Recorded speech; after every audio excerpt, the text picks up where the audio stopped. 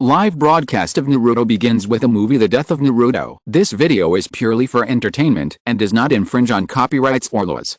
The rights to the novel and image belong to the original author. We do not claim ownership. Don't like waiting and want to listen to this fanfic in full now? Subscribe to our Patreon, where you'll find the best fanfics. Chapter 601. Hiss. It's scary even from a distance, and it's even more terrifying from the front. If I were there, I would be in the same situation as them, waiting to die. That Sasuke has taken action. He must have a way to save everyone. That's easy to say. If there was no hope, why would everyone look desperate at the same time? The third Sasuke is forcing people to do something. He didn't say that he wanted the coalition to stop the meteorite. He just wanted everyone not to give up and do everything they can to save their lives. The correct way to use in pure world reincarnation. Has anyone mentioned this before? I seem to remember that someone said that the people who were reincarnated should be tied with detonating tags and used as human bombs. Hey, it is because of the impure world reincarnation, an ninjutsu that brings the dead back to the living, that the third Sasuke, an old antique, has been repeatedly called a brat. Although it is not wrong to call him that given Uchiha Madara's age. What is Grandpa Sasuke going to do? Naruto, who is also evacuating, asked in confusion, and an Iwa ninja following him answered nervously, reduce the weight of the meteorite and stop it from falling. Unoki flew to the edge of the meteorite, pressed his stubby hands and head against the surface of the meteorite, and shouted loudly, Earth style, super light and heavy rock technique. With the performance of the ninjutsu, the huge amount of airflow engulfing the falling meteorite began to diminish, but even so it was still not enough to stop the meteorite from falling, so Gaara on the ground raised his hands, roared and manipulated the sand to form two huge palms to hold the huge meteorite. Just a little bit more, will succeed. Feeling the meteorite's decreasing downward trend, Inoki ignored the blood oozing from his head and fingers and squeezed every bit of strength in his body. Finally, with the combined efforts of the two, the huge meteorite was fixed above the battlefield. Looking at the scene in front of him, Uchiha Madara commented expressionlessly, the boy Tianping has become more capable. Well done. You are worthy of being that Sasuke. How could a mere meteorite defeat him? Incredible. Incredible. The meteorite was actually stopped. Ha ha ha. I said that Sasuke would definitely find a way. Gaara-sama also made a great effort. Don't take all the credit on that Sasuke. Awesome. That short old man and Gaara are so awesome, Naruto said excitedly, and the heavy pressure that had just risen due to the appearance of the meteorite instantly dissipated by half. Gaara also exhaled lightly. He didn't expect that he could actually take on such an attack. Even if he cooperated with its Sasuke, it was quite an amazing operation. As for Inoki, when he saw his own heroic feat of sacrificing himself to stop a meteorite, he was stunned at first, and then immediately showed an excited expression. It seems that his personality change in the future will be more thorough than expected.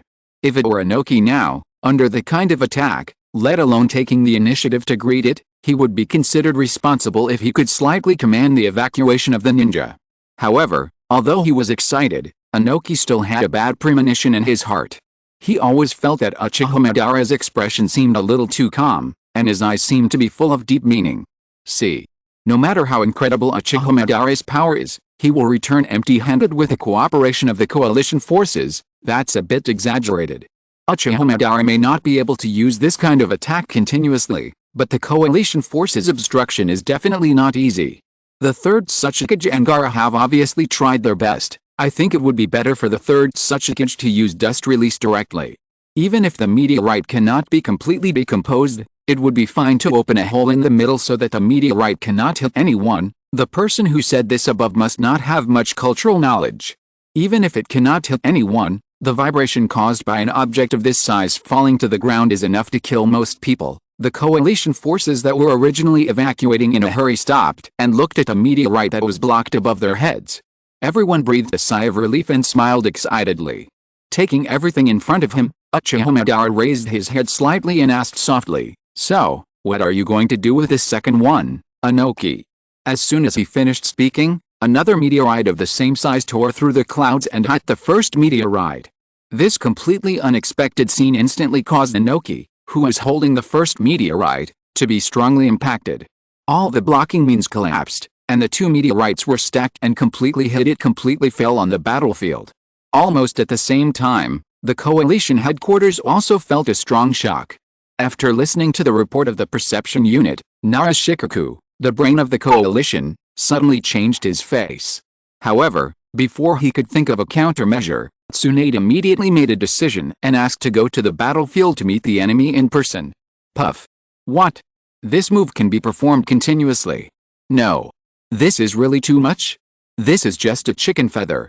What is the principle of this move? Is there no limit at all? It's over. The coalition forces on this battlefield are basically finished. Sure enough, we can't be too happy too early. It's not a good idea to open champagne at halftime. My heart stopped for a moment when I heard Uchiha Madara say what to do with the second one. The third Tsuchikage will be half crippled if not dead. Tsunade is very brave, but with the strength she has shown, she can't do anything to Uchiha Madara even if she comes here in person. But we can't just wait for news in the back all the time. At least we can save some people by coming to the front line. On the fourth battlefield, the second meteorite maintained its shape by embedding in the first meteorite and stood on the ground. It didn't seem to be hit hard, but it actually caused huge casualties to the coalition forces. In the midst of smoke and dust, Gaara and Temari half knelt on the ground in a mess, relying on the protection of the sand. Naruto's shadow clone fell out of a rubber ring. Looking at the tragic scene in front of him, he couldn't help but ask Tsuchida, "Uncle Rubber, why did you save my clone?" Although I feel sorry for others, even if it's just a clone, we can't lack this power. This is all for the victory of the war. Tsuchida, who also survived under the protection of the rubber ring, said ashamedly. Naruto looked heartbroken, and then suddenly raised his head and looked around. Where is Grandpa Tsuchikage? Chapter 602. At this time, Inoki, who was being talked about by Naruto, was already seriously injured and fell to the ground unconscious under the care of an Iwagakure. Although I had expected it, I still couldn't hold it back when I saw that the coalition forces were almost wiped out. These two meteorites are really too cruel. Who could have expected that I would have to face such an attack? Well, you said that as if you had expected it in advance and had a way to deal with it. At least I can be mentally prepared. Maybe I can have a little more hope of surviving the attack of the meteorite. Alice, although it is hard to accept, Naruto's shadow clone is indeed more useful than most ninjas. Everything is for defeating the enemy. There is no way. You should have this awareness the moment you step onto the battlefield. Sometimes, in order to win the war, you need to make cruel choices. The third Tsuchikage is also strong. He almost took the meteorite head-on. But there is basically nothing that can be done in this state. He is lucky to wake up again after treatment. How can we fight next? How many lives will the coalition have to pay before the impure world reincarnation is lifted? In the flying dust, the bodies of Uchiha Madara and the second Tsuchikage recovered quickly. Looking at the scene in front of him, Uchiha Madara first smiled nostalgically, then looked at the second Tsuchikage and asked Kabuto behind the scenes, "Your name is Kabuto, right? How much do you know about me?" Kabuto did not intend to hide anything and gave a guess based on his own research. That is, Uchiha Madara did not die in the Battle of the Valley of the End, but instead gained some of the power of the first Hokage through that battle. Hearing this, Uchiha Madara opened his collar and glanced at his chest, and said coldly, "It seems, you have planned it very well. Do you know our plan?" "I don't know much, but I stand on your side. I just don't know whether the fake Madara will act according to the plan." Kabuto answered maliciously. Our mortal reincarnation. It really breaks our imagination again and again. Also in the impact range of the meteorite, the two enemies recovered in a moment, but the coalition forces almost died. This kind of enemy is really too difficult to deal with. If Itachi hadn't successfully lifted the impure world reincarnation, I doubt that even if the coalition forces gathered all their people, they might not be the opponent of Uchiha Madara. I really can't imagine what he looks like when he is sealed. It seems that a fate did not lie in some aspects. Uchiha Madara is indeed ending. Although we don't know the specific situation of the battle at that time, it can be seen that Uchiha Madara had been planning for a long time to tell such a big lie. Kabuto is trying to deceive Afehi again. These three parties have their own thoughts. Kabuto wants to know who he is. Afehi is a weirdo. Let's assume that he wants to conquer the world. What is Uchiha Madara's purpose? Alice, why can't Uchiha Madara just die? He has come up with so many tricks after his death. If it weren't for Naruto that caused his plan to go awry, he might have appeared on the battlefield as a living person now. If he was a living person, Maybe he would be easier to deal with than the impure world reincarnation? After all, he can cause direct damage. I don't think so. This kind of person can't be judged by common sense. In Uchiha Madara's silence, Kabuto changed the topic at the right time and asked, by the way, there are still many survivors. That Tsuchikage and Kazekage are really tenacious. What are you going to do? There are some things I need to confirm first. As he said that, Uchiha Madara used the summoning technique to try to summon the Nine Tails, but because of the seal of the tailed beast, the summoning was fruitless. After confirming this, Uchiha Madara put away his posture and said lightly, "It seems that you didn't catch the Nine Tails. This war started because of this. The Nine Tails is still living in the body of the Jinchuuriki. Look, over there, that boy is the Nine Tails Jinchuuriki, Uzumaki Naruto," Kabuto said, pointing to Naruto, who was holding his stomach with a painful look on his face. The familiar surname reminded Uchiha Madara of the first Hokage's wife Uzumaki Mido, and then he heard Kabuto continue, "He is not easy to deal with. It is no problem to catch him, but the one in front of us is just his clone. Should we go find his real body now?" Hiss. He actually mistook the Nine Tails for a summoning beast. I thought it was just controlled by the Sharingan. I always feel that if Uchiha Madara puts in a little more effort, he can directly drag the Nine Tails out of Naruto's seal. I am the only one who is curious. He is so strong. How did the first Hokage defeat him in the Battle of the Valley of the End? Is it possible that Uchiha Madara let him win in order to fake his death and escape, so that he can hide behind the scenes to implement his conspiracy and intrigue? With Uchiha Madara's arrogant personality, if his strength is indeed above that of the first Hokage, it is hard to imagine that he would play a trick of faking his death and escape. It is more likely that he will use absolute power to achieve his goal. No, there is a ninjutsu I want to try, but unfortunately there are too few people here. It is more interesting to use it in places with more people, Uchiha Madara said, while making a seal and shouting to Naruto and his group, "Wood release, Tree World Advent." The flying dust could not cover up the movement. A large number of thick tree roots rose from the ground and rushed towards the crowd. Facing this overwhelming attack that could not be avoided, the group could only stay where they were and could not make any response no matter how unwilling they were. Fortunately, the Nine Tails in the sealed space took the initiative to contact Naruto. Based on its disgust for Uchiha Madara, the Nine Tails expressed its willingness to lend its chakra to help them survive this disaster, so with the blessing of the Nine Tails' power, Naruto rushed straight towards the forest that was surging like a dragon and snake in front of him. He used the attack of the Shadow Clone and the Big Walrus Sengen to forcibly open up a line of defense. At the cost of exhausting the Nine Tails chakra, he finally intercepted Uchiha Madara's attack. Puff. Even wood release. It really doesn't give us any chance to survive. It's this kind of super large-scale ninjutsu. We can't even dodge. Since he has obtained the power of the first Hokage, wood release doesn't seem to be a big deal.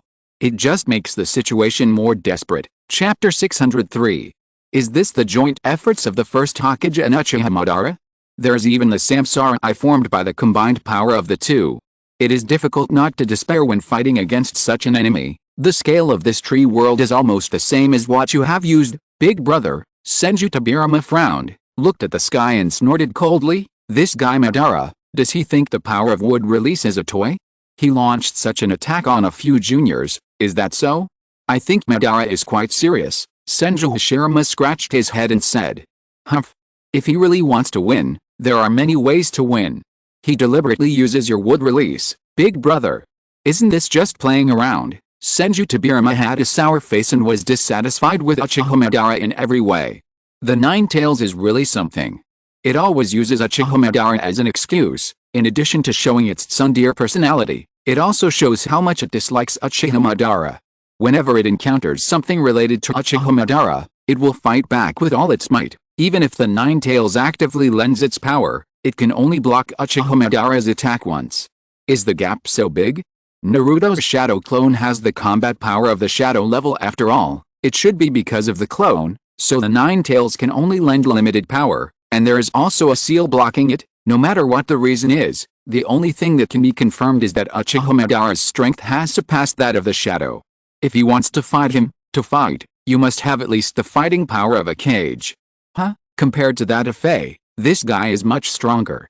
Naruto rubbed his face, relieved the pressure in his heart, immersed his consciousness in the sealed space and asked the Nine Tails, "Kuroma, Tell me, if I can turn into that golden form, can I defeat this Uchiha Madara?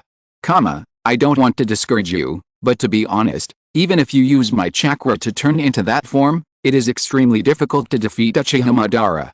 The Nine-Tails said with a serious face. That guy can control me in an instant with his main Gekyo Sharingan, not to mention that he has the Samsara Eye of the Six Paths Old Man, and his pupil power is so strong that it is hard to beat him. To put it simply, the combined strength of you and me can only qualify you to challenge him. Is that so? So if he really shows up, we have to rely on everyone's sacrifice to defeat him. Naruto looked a little depressed, but the Nine-Tails had great confidence in him and grinned. Why are you so depressed? My strength alone is not enough to defeat Uchiha Madara, but if I can get the power of other tailed beasts, the situation may not be the same. And let me tell you, if the power of the nine-tailed beasts can be gathered, maybe we can also draw out the power of the Six Paths Old Man, and then defeating Uchiha Madara will not be difficult to achieve. Yes, there are other tailed beasts. Help. Naruto's eyes lit up, and then he said with a face full of longing, the lecherous sage also wants me to get to know other Chouriki. But he said that I have to wait until I can unlock the seal and withstand your power before I can proceed to this step. It always feels like it will take a long time to complete. There is no need to rush about this kind of thing. Anyway, all the countries in the ninja world will be very alert to prevent Uchiha Madara from resurrecting. Even if you really have to face him one day, you will have gathered the power of all the tailed beasts by then. The Nine-Tails comforted, and then suddenly felt that his tone was a bit disgusting. He kicked Naruto out of the sealed space before he could speak, and Naruto, whose consciousness returned to his body, complained in his heart. After this attack, Naruto's shadow clone was almost on the verge of collapse. Inoki, who finally regained consciousness, sat up with the help of Dode. Naruto, that's enough. Leave the rest to us. Although his left eye couldn't be opened due to the injury, Inoki's tone was unprecedentedly confident, and he said with high spirits, it's finally time to regain myself. Having such an opponent is enough. I'll deal with him. Hearing this, Temari stopped Inoki from showing off in a bad mood, and the two opponents also didn't take the seriously injured Inoki seriously. I saw Uchiha Madara looking down at him and mockingly said, I wanted to try other ninjutsu, but it seems that you can't dance anymore, Inoki. Even though he was mocked like this, Inoki's eyes remained firm. Uchiha Madara immediately showed a contemptuous expression. What kind of look is that? Haven't you already experienced the gap between us? It's so difficult to even sit up, and the third Tsuchikage is still trying to be brave.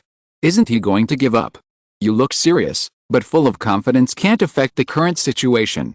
I feel that if Uchiha Madara moves a little more, he can completely end this battlefield. Does Uchiha Madara have an obsession with dancing?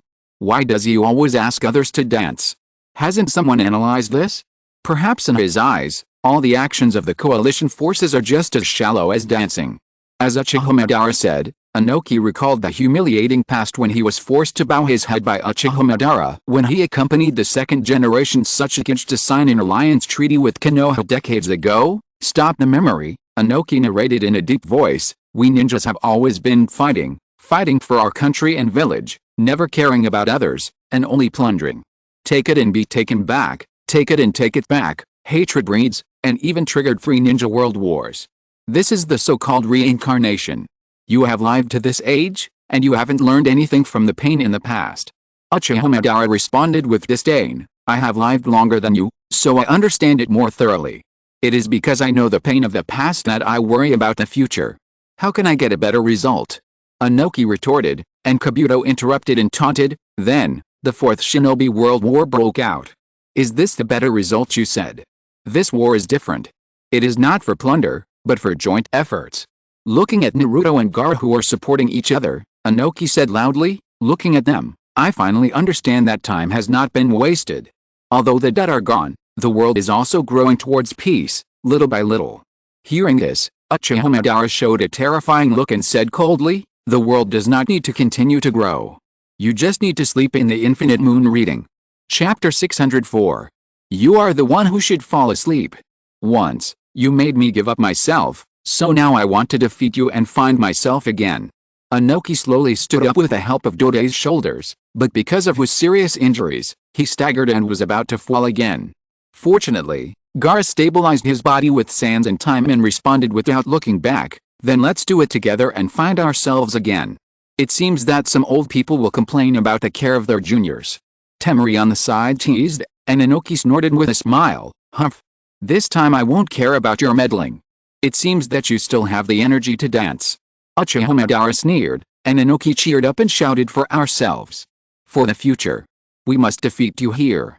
It seems that the third Tsuchikage has been greatly stimulated. It is the most difficult for such an old man to change his mindset. Go ahead. Lord Tsuchikage, let this ignorant Uchiha Madara see how powerful you are. Don't get too excited, Iwagakure guys. Although the Tsuchikage's words sound exciting, his body really can't support it. I also know that there is little hope, but with this atmosphere of unity, it really doesn't make sense not to defeat Uchiha Madara. The keyword for today's issue is despair emptiness. It doesn't look like there will be a good result. Can't it be Uchiha Madara's despair? What do you think? Inoki exhaled deeply. Although he might not have a good ending in the future, he had not seen himself so high-spirited for a long time. Or, since he was bullied by Uchiha Madara when he was young, he no longer had the impulse to give up everything. Although reason told Inoki that this approach would most likely lead Iwagakure to an irreparable situation, why was there such a surge of blood in his heart? At the Allied Forces headquarters, Tsunade strongly requested Mabu to use the sky-sending technique to send her to the battlefield immediately, but the other party refused the order on the grounds that it was too dangerous, although Nara Shikoku gave the opportunity to fly the Thunder God technique as an alternative plan, but Tsunade said that she could rely on the 100 healing seal to survive the side effects of the transmission, and asked to use the Flying Thunder God technique on Terumi, who was protecting the daimyo in the rear. Feeling Tsunade's persistence, the Raikage ignored Mabu's dissuasion and asked him to be included in the transfer quota. So after Naruto's shadow clone and Chijiro suppressed the enemies who attempted to attack the daimyo, both sides simultaneously launched operations with a fourth battlefield as the target. In the fourth battlefield, accompanied by a dazzling white light, Madara and Kabuto who intended to attack at close range were repelled by Tsunade and the Raikage who flashed here, and Terumi followed closely and appeared here. Everyone is still alive, which means we are not late. Looking at the people around, Terumi smiled lightly, and the Raikage had a tense face and a surging fighting spirit. Finally, I can show my fists and feet. I can't wait. Okay, everything is ready. Tsunade took back the seal of the 100 healings, and all the wounds on her body had healed. Gaara did not speak, and focused all his attention on the enemy in front of him. Longevity is indeed a good thing. Inoki floated up with the help of Earth Escape, and stood side by side with the other 4 cages, and said with emotion, I didn't expect that the 5 cages would be able to fight together one day. The Cloud Village actually has a ninjutsu like the Heaven Sentence technique, which can teleport objects over long distances. Isn't this a disguised space-time ninjutsu? There is indeed such a trick, but as Mabu said, it can only teleport objects and not living things. Even the objects that can be teleported are limited to some materials with high strength, otherwise they will fall apart even if they are teleported. Konoha also has a ninja who can perform the Flying Thunder God technique. Although it requires the joint efforts of 3 people, it is the best way to save the situation at a critical moment.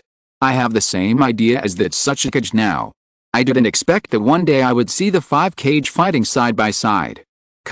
Although many cage-level fighters appeared in this war, the real 5 cage joining forces is still a bit beyond expectations. If the impure world reincarnation can summon the Hokage, together with the 4 cage who were previously resurrected, isn't it also the 5 cage joining forces, even if it is realized? After all, it is on the enemy's side. How can there be such an exciting scene now? If the opponent is someone else, then I just need to relax and appreciate the abilities of the 5 cage, but now I have to pray for them to save their lives in the battle with Uchiha Madara. Hey, after all, they are legendary ninjas. It's such an exciting scene, but in the end, no one has confidence in us. Terumi muttered unconvinced. She admitted that Uchiha Madara's power was indeed amazing, but after all, they were the 5 cage. Even if they were not Uchiha Madara's opponents, they were not even qualified to fight him. Raikage snorted coldly, and was also unhappy with these comments that looked down on them.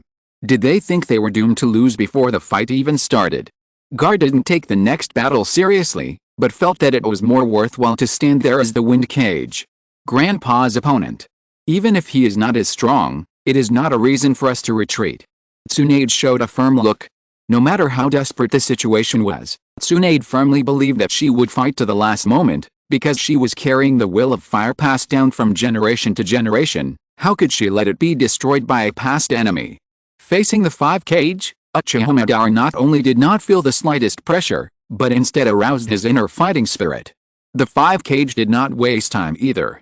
In order to buy time for Tsunade to treat Gaara and Inoki, at the call of the Raikage, Terumi Mei took the lead in performing the dissolution dissolution technique. "I am too lazy to absorb this little trick," Uchiha Madara said while dodging the surging acid. The Raikage seized the moment when he was in the air and pounced on him with lightning speed, knocking him down into the acid with a heavy punch.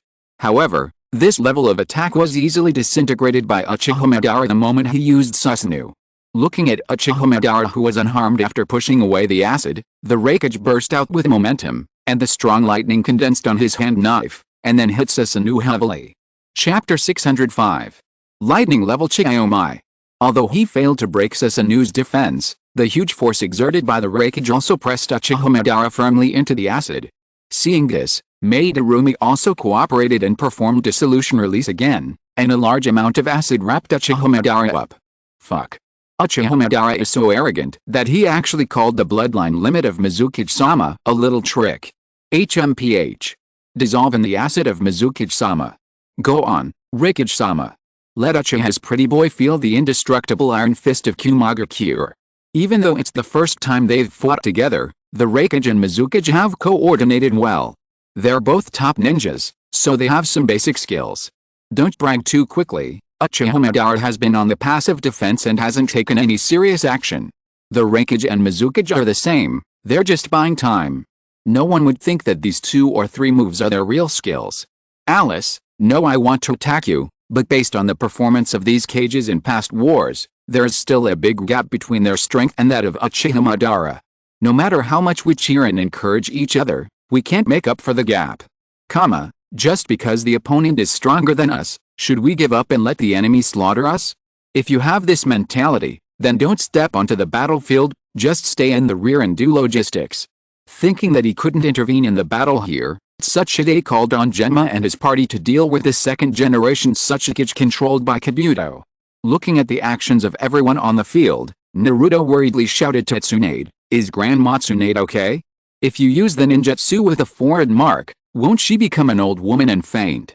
This time with Pine it was different that time. "I was only healing myself and this minor injury. I still have plenty of chakra," Tsunade answered with full energy while healing. Hearing this, Naruto pointed at himself and said, "Then please heal my wounds too. Although it's just a clone, it can't disappear now. I also have to."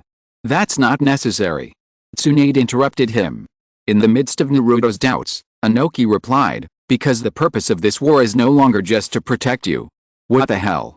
Now you say you don't need Naruto's help again. After all, it's absurd to let a 16-year-old kid carry all the burdens." For that Tsuchikage who has changed his mindset now, it's normal to choose to refuse. Maybe Naruto's strength is already above the 5 cage, but since he has the title of Cage, there is no reason to push everything to others, not to mention this unprecedented scene of the 5 cage joining forces to fight the enemy.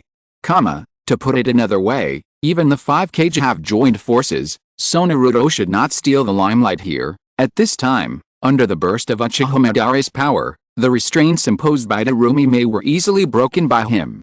Looking at the Susanoo that showed the second form, the Raikage and Terumi Mei were about to start the second round of offensive, but Uchiha Madara no longer passively fought back, but took the initiative to condense dozens of chakra Magatama and threw them at the 5 cage, which were then blocked by the rock giant and sand shield jointly cast by Gaara and Inoki who had recovered. This is a battle to protect each other. Keeping the action of casting the spell, Inoki continued what he had not finished just now. Naruto shouted anxiously, "Then I will also fight Madara here." Uchiha Madara did not give everyone time to chat. While praising the defense of sand and rock, he controlled the huge Susanoo to launch an attack. Inoki did not have time to say more. He called the Raikage and Mizukage to come close to convey the countermeasures, and then jumped up and landed on the Raikage's back. I saw Terumi cast the mist hiding technique to cover the entire battlefield. With the blessing of Inoki's light and heavy rock technique, the Raikage rushed towards Uchiha Madara at a speed far exceeding the previous speed. Just when Kabuto thought that the Raikage's attack would be severely weakened, the Raikage rushed to Uchiha Madara and, with the help of the super heavy rock technique, delivered the strongest punch in history. The surging force not only easily penetrated Susanu's defense, but also knocked Uchiha Madara away. Whether it is attack or defense, although it is not as big as Uchiha Madara's earth-shaking scene, the cooperation between the 5 is remarkable. With Tsunade's treatment, it seems that it is not impossible to fight with Uchiha Madara. Awesome. Raikage's punch is powerful. Susanu is not worth mentioning at all. Hey. Don't take the credit of Tsuchikage-sama. This countermeasure is Tsuchikage's Lord Kage thought of it and personally cooperated with the Raikage to implement it. Who could have expected that the 2 Kages of Kumagakure and Iwagakure, who had been fighting to the death, could actually launch an attack that was greater than the sum of their parts? This punch is really good. Old man Inoki deserves to live for so long. What a pity. The Raikage snorted twice, feeling satisfied with the power of the punch he had thrown, but also a little unwilling that this punch was not thrown by him alone. What's the use of attacking fiercely? If Uchiha Madara is not sealed, the matter will never end. Apart from anything else, if he throws 2 more meteorites, how will the 5 deal with it? The current situation is different from before. Just now, we had to withstand the attack of the meteorite head-on in order to protect the coalition forces. Now there are only a few people left. Even if we can't take the attack of the meteorite, can't we dodge it? It depends on what other means Uchiha Madara has, and this is not counting the power of Pain's 6 paths. Taking this opportunity, Inoki turned around and flew to Naruto, continuing what he had not finished just now. Listen, Naruto, I participated in this war just to defeat Akatsuki, and I had no choice but to agree to join the United Ninja Army, but after fighting side by side with you, my state of mind has also changed a lot. Now I want to fight here as the Tsuchikage of the United Ninja Army. Similarly, the once fragmented ninja village has become a whole and is changing for the better. Therefore, the rules of the ninja world that have bred countless resentments may also take this opportunity to change. Naruto, let us take care of Madara here. We will definitely make a break with him. This is the first step to end the hatred that has continued to this day. Because we, like Madara, have brought countless hatred to the world, and this is our unshirkable responsibility. So just leave this to us. Chapter 606. Inoki floated forward and pressed Naruto's shoulder, encouraging him. On the other hand, I'll leave the other Madara to you. That's also the first step towards hope for the future. Tsunade continued, no matter which Madara is defeated, it means the end of this war. We will protect you on this battlefield, so please go to the battlefield over there and fight to protect us. Naruto, the 5 entrust this sentence to you. You must win. 5. Encouraged by the 5 Naruto's eyes lit up with fighting spirit, and he released his shadow clone and disappeared on the battlefield. At the same time, Naruto's real body, with the memory of his shadow clone, slammed his forehead hard on the mask of Ifedi. He was clearly Kabuto's pawn, but Uchiha Madara relied on his powerful strength to become the leader of the war. Who would have thought of this situation? Uchiha Madara is not Kabuto's pawn. He obviously has other plans with Ifedi. The outbreak of the 4th Shinobi World War is obviously inseparable from him. Uchiha Madara has his own plans. The problem is that Ifedi seems to have other thoughts. If Kabuto hadn't intervened and resurrected Uchiha Madara, he would still be waiting for Nagato to resurrect him in the Pure Land. From the moment Uchiha Madara was summoned by Kabuto, the initiative was no longer in his hands. In his hand, he can only move until the moment when the impure world reincarnation is lifted. The direction of the war will depend on the development of the situation on the Ifedi side. Whether Uchiha Madara is the leader or not, it is certain that he is the strongest person on the battlefield now. If the 5 can defeat him on this battlefield, it is no problem to say that the war will end early. After that, the period of the Jinchuriki fighting in the Sky Curtain followed. Every time, we have to analyze and compare to determine the specific time point. It's really troublesome. The 5 and Uchiha Madara started a formal battle. Both sides went back and forth, and various physical and ninjutsu took turns to greet the opponent. In general, Uchiha Madara always had the advantage. Even without the recovery power of the impure world reincarnation, the offensive of the 5 could cause little damage to him. Fortunately, with Tsunade's medical ninjutsu, the 5 barely maintained the situation, and then looked for the opportunity to defeat the enemy under the command of Inoki. Relying on the mobility of the Raikage, Inoki, who was riding on his back, dodged Uchiha Madara's attack while performing the Guri-style technique, controlling the rock giant to hit Uchiha Madara hard.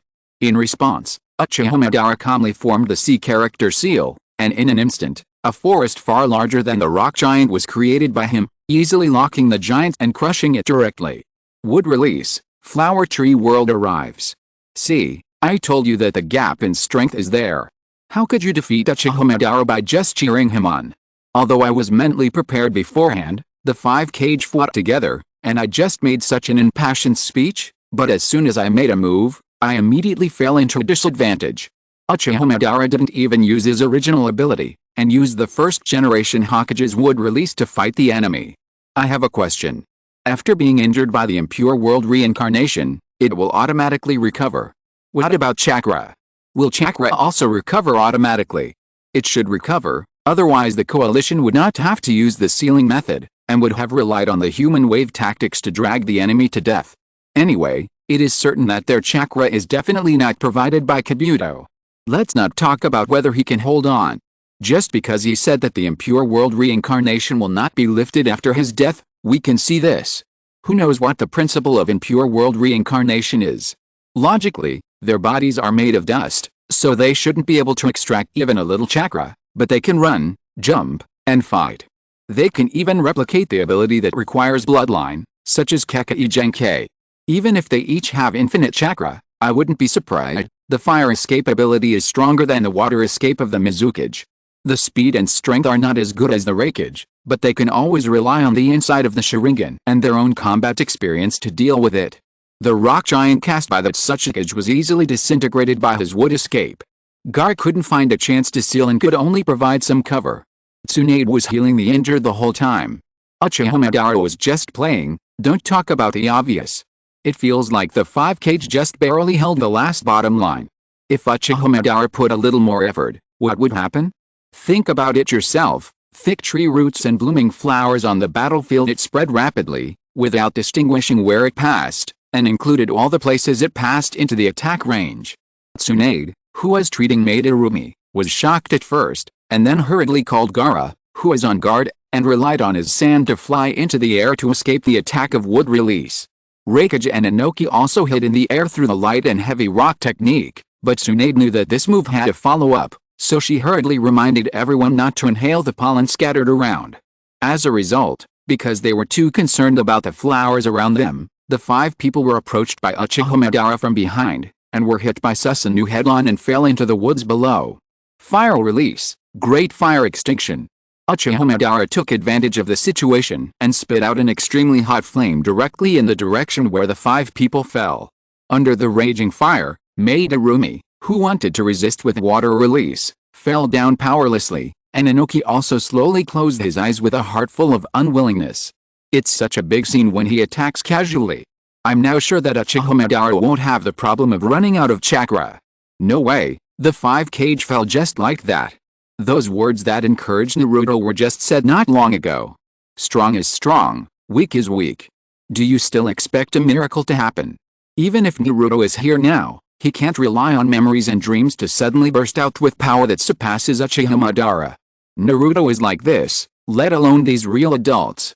To be honest, there are cases where people burst out on the spot to defeat the enemy, but it is precisely because they are rare that they are called miracles.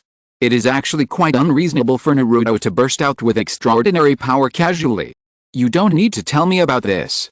No one will regard Uzumaki Naruto's situation as a normal example. If you're listening to this novel on a channel other than Fanfic World, it means they downloaded and uploaded it without effort. We cordially invite you to visit our channel, Mundo Fanfic Novelist. There you'll find the original version of this story and you can explore many other novels of various genres. We're waiting for you to immerse yourself in a world of incredible novels. Chapter 607. In fact, since the concept of parallel worlds became popular, Naruto's incredible aura has dissipated a lot. Everyone knows that those miracles do not belong to Naruto in a certain world. In a trance, Inoki saw himself in his youth. At that time, he was listening to the first generation of Tsuchikage talking about the spirit of the will of stone. The ordinary truth, in summary, is nothing more than not being afraid of difficulties, not being defeated by difficulties, and not making excuses for failure. However, the reality is often easier said than done. On the day when he was bullied by Uchiha Madara, Inoki abandoned this spirit completely, and now he seems to be repeating the same mistake. Thinking of this, Inoki, who had fainted, suddenly climbed up, squeezed out a little chakra left in his body, and used the move of dust release, original realm peeling, to wipe out the burning trees above the group of people, and also knocked off half of Uchiha Madara's armor. Who says that adults in reality can't gain strength from memories? On the contrary, because they have lived longer, they may be able to gain more strength from memories. It's mainly because of the foreshadowing in the previous part. That Sachikage had already figured it out before this, so he can cheer up immediately here. If it was before the change of mentality, Uchiha Madara's blow to that Sachikage in the past was really too great. It's not easy to muster the courage to fight him again. At the critical moment, we still have to rely on the old man to help. To be honest, that Sachikage's performance in this section is really handsome. You did a good job, old man. Although you were beaten very badly, it's the first time I saw you show such a vivid expression. Kuratsuchi grinned. Inoki snorted, then sighed and said, "It's worth being happy to cheer up, but the situation on the sky is really not good. The hope of defeating Uchiha Madara is too small. So? Old man, do you think you will give up?" What a joke. Even the first generation of Sachikage has been moved out. How can I give up again in this situation? Even if I die, I will bite off a piece of Uchiha Madara's flesh. Inoki shouted excitedly. Kuratsuchi held the back of his head with both hands and said regretfully, "Alice, it's a pity that this is just the old man on the sky. You are still as stubborn as ever now, occupying the position of Sachikage and never willing to give up. How dare you say that?" Inoki glared at Kuratsuchi and cursed him with spit flying. "If you had improved a little more, would I have to sit here all the time? And the same goes for Deidara, that brat. Since he was captured, he has been talking about his art all the time. How could I have taught you two unreliable things? By the way, did you secretly send something to that kid again?" "Ha. Old man, keep watching, I'm going back first." "Stop right there. To be honest, the 5 Kage are not completely without a chance of winning. Relying on that Sachikage's dust release, if they can seize the right opportunity, maybe we can completely wipe out Uchiha Madara. There are always opportunities. No matter how strong you are, who can be called invincible? The outcome of a battle is not simply based on the strength on the surface. It is a comprehensive contest. Otherwise, we can just compare who has the stronger ninjutsu in the future. The problem is that even if we look at it comprehensively, Uchiha Madara still has the advantage. You said that Sachikage's dust release can completely destroy him, and I said that his samsara I can absorb dust release. That's why I said that it depends on whether the 5 Kage can seize the opportunity. It's not like the weak have never won the battle against the strong." The other 4 Kages quickly woke up under Inoki's efforts, and then stood up again at his call to confront Uchiha Madara. As a result, when everyone saw Uchiha Madara's body under the armor, they all showed expressions of horror on their faces. A clear face appeared on Uchiha Madara's chest. As a group of ninjas standing at the top of the ninja world, everyone present recognized the owner of this face. It was the first Hokage, Senju Hashirama.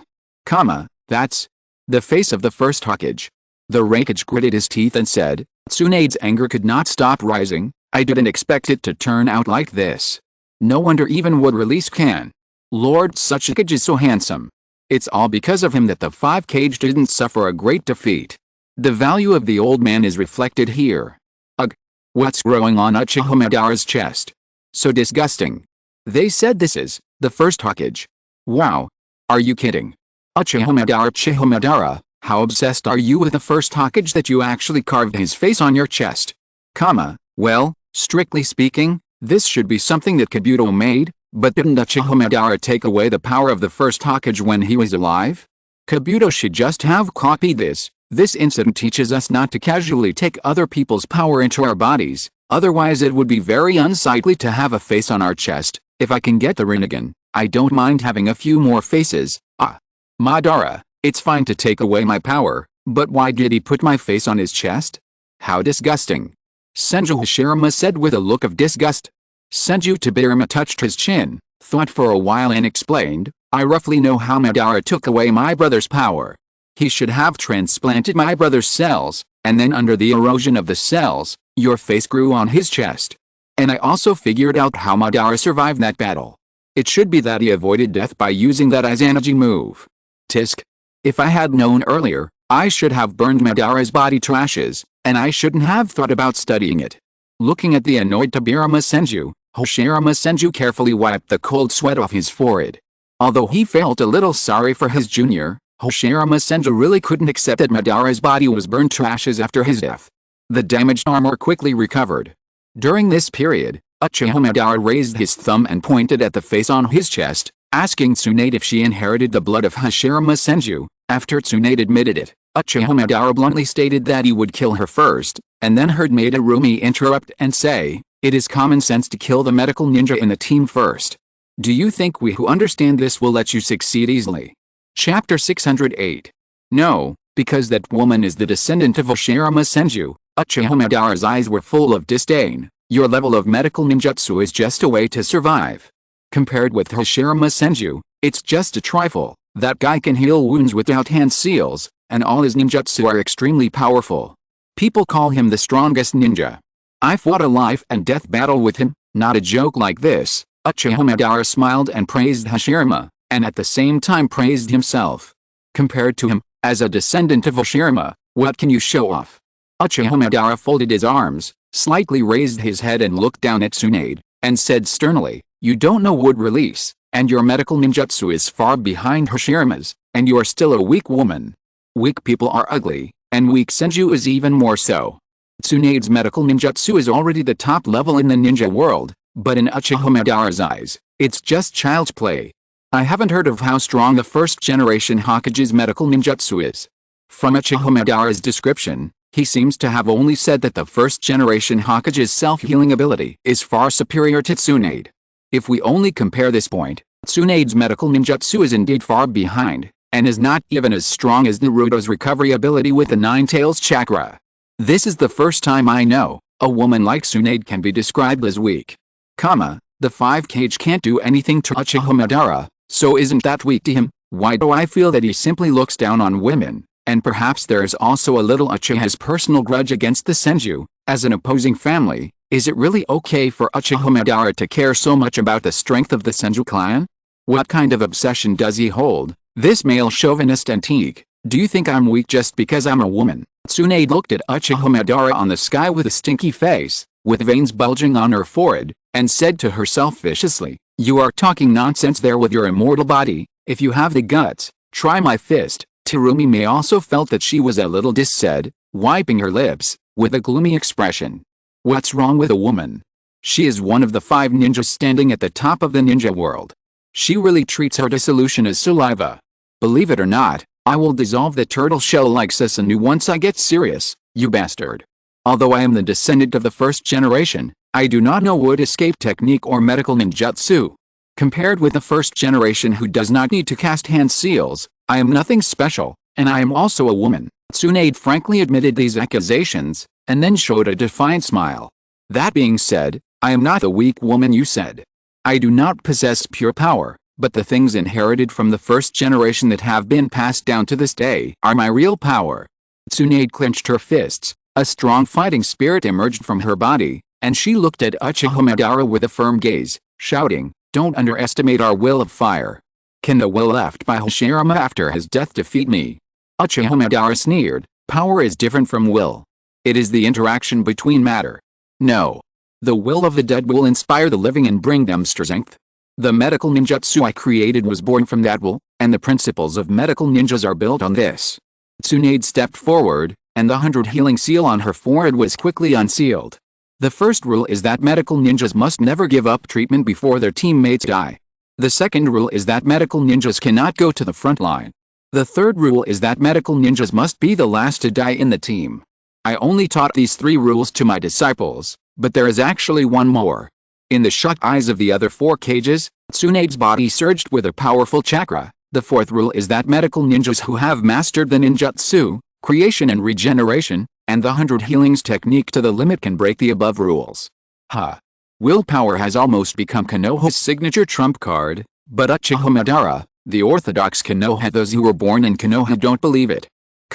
That's why he chose to leave Konoha. Their ideas are so contradictory. How can they stay in such a place? It seems that both sides have extreme views. Willpower is important, but willpower also needs to be supported by strength. Otherwise, it's just pure empty talk. That's right, just like the five cage now, their will to fight is extremely strong, but the gap in strength is there. No matter how much they burst out, they can't defeat Uchiha Madara. I admit that Tsunade is very handsome now, but her trump card is really a bit mediocre. It might be amazing in the past, but in this situation, her self-healing ability is barely enough to keep the situation from getting worse. After all, even if she used the forbidden technique, she would only catch up with the first Hokage in terms of self-healing. She is still far behind in other aspects. How can she fight against Uchiha Madara, who is as famous as the first Hokage? Damn it. She just entered the battle state. Don't underestimate the Hokage like this. That's right. Don't you feel how strong the determination of the five cage is? Even if they really can't beat Uchiha Madara in the end, I am proud of them. Come on, Hokage. Use your steel fist on Uchiha Madara's contemptuous face. After saying this, Tsunade leaned forward and leaped towards Uchiha Madara, delivering a simple and unpretentious heavy punch. Looking at the cracks that spread rapidly on Susanoo, Uchiha Madara had a calm expression, not as fast as the Raikage, but stronger than the Raikage. While analyzing, Uchiha Madara jumped back and spit out a fierce fire arrow at Tsunade, but was blocked by the water formation pillar of Madarumi, who came later, and was bitten by her water dragon bullet and sent flying into the air. The other cages seized this opportunity keenly. The Raikage and Tsunade, who were supported by Inoki, launched a pincer attack on Uchiha Madara. The fierce hand knife and heavy kick shattered the defense of Susanoo and knocked Uchiha Madara out. As always, a pair of fists to conquer the world. Can't even Susanoo withstand the fists of a female man. That's it, Lady Tsunade. Destroy Susanoo and teach that Uchiha Madara a lesson. MRS. Terumi may also cooperated well. Uchiha Madara's fire escape is nothing to mention. See how powerful the two strongest women in the ninja world are. Chapter 609. The defense of Susanoo is useless under the attack of the Hokage and the Raikage. If Gaara can seize the opportunity, it seems that there is a chance to seal Uchiha Madara. Another assumption. It is meaningless to say this before it happens. I admit that the coordination of the five cage is very exquisite, and the offensive is also remarkable, but I always feel that Uchiha Madara doesn't seem to be serious.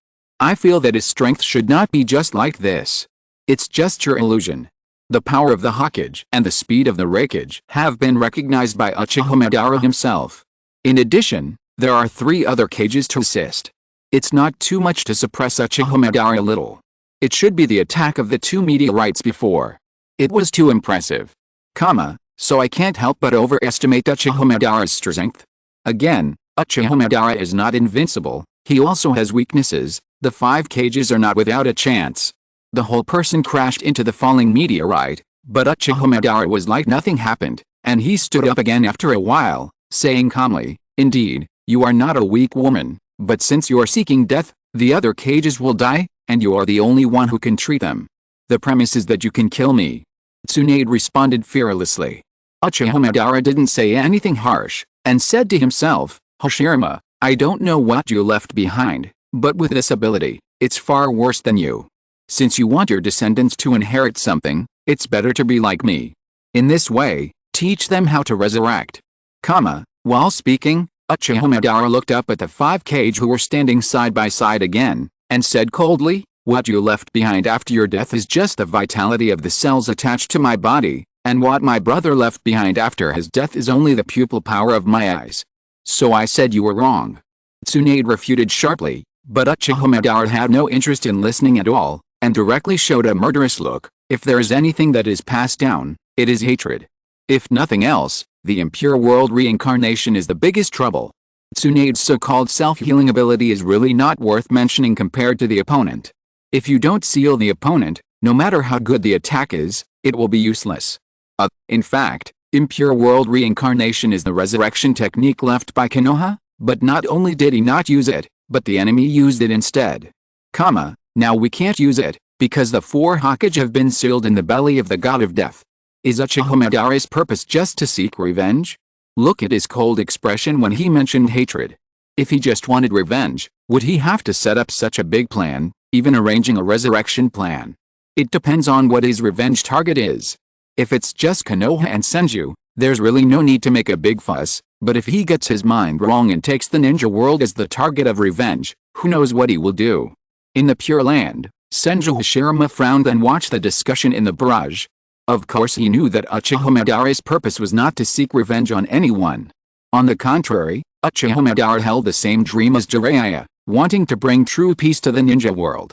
However, what Uchiha Madara did was completely incomprehensible to Hashirama Senju, because in the eyes of normal people, Uchiha Madara's behavior was a complete trampling on peace. Hashirama Senju couldn't help but think of the inexplicable words that Uchiha Madara said to him before leaving Konoha. If he could think clearly about the meaning of what he said at that time, perhaps he could really understand what he wanted to do. If you don't agree with me, you can't say anything. Since you can't convince me with words, you can only use your fists.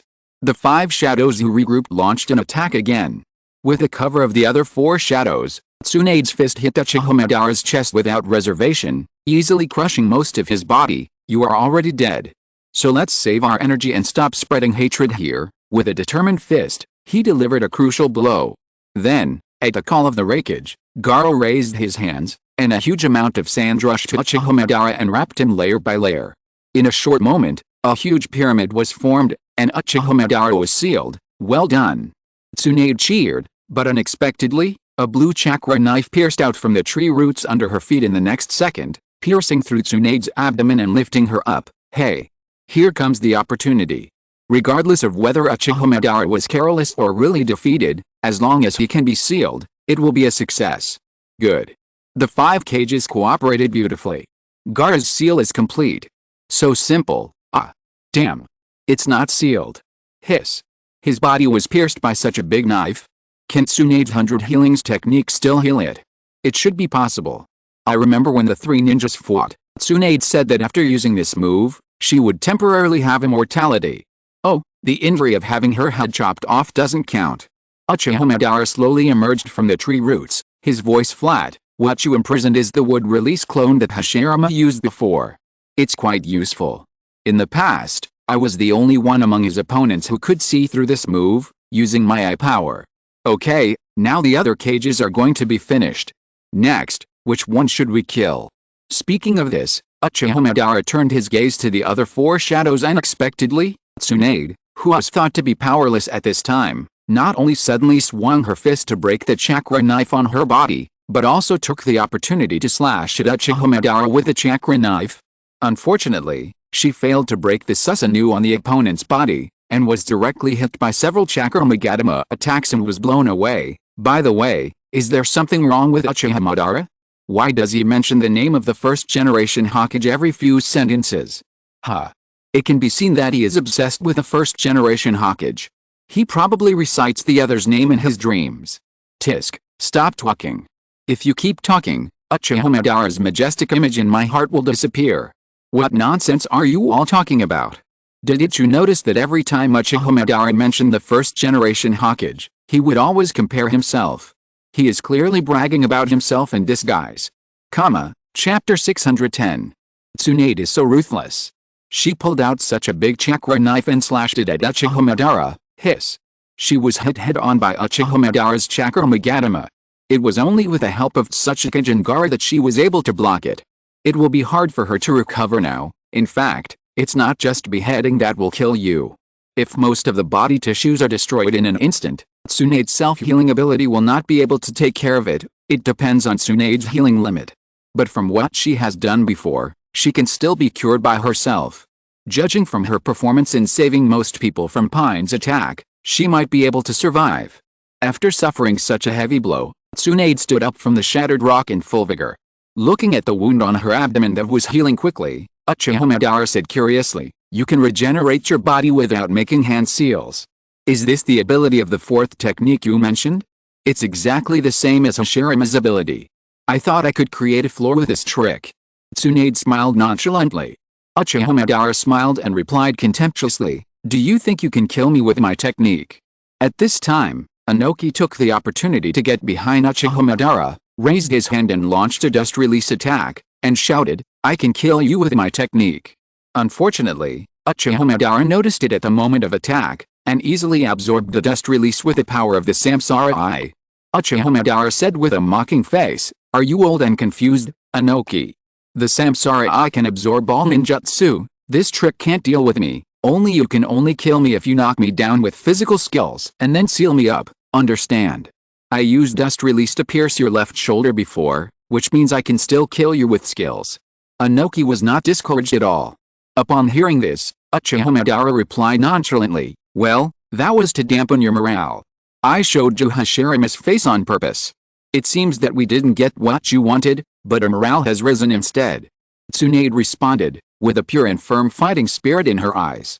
"Great, the frontal attack was nothing.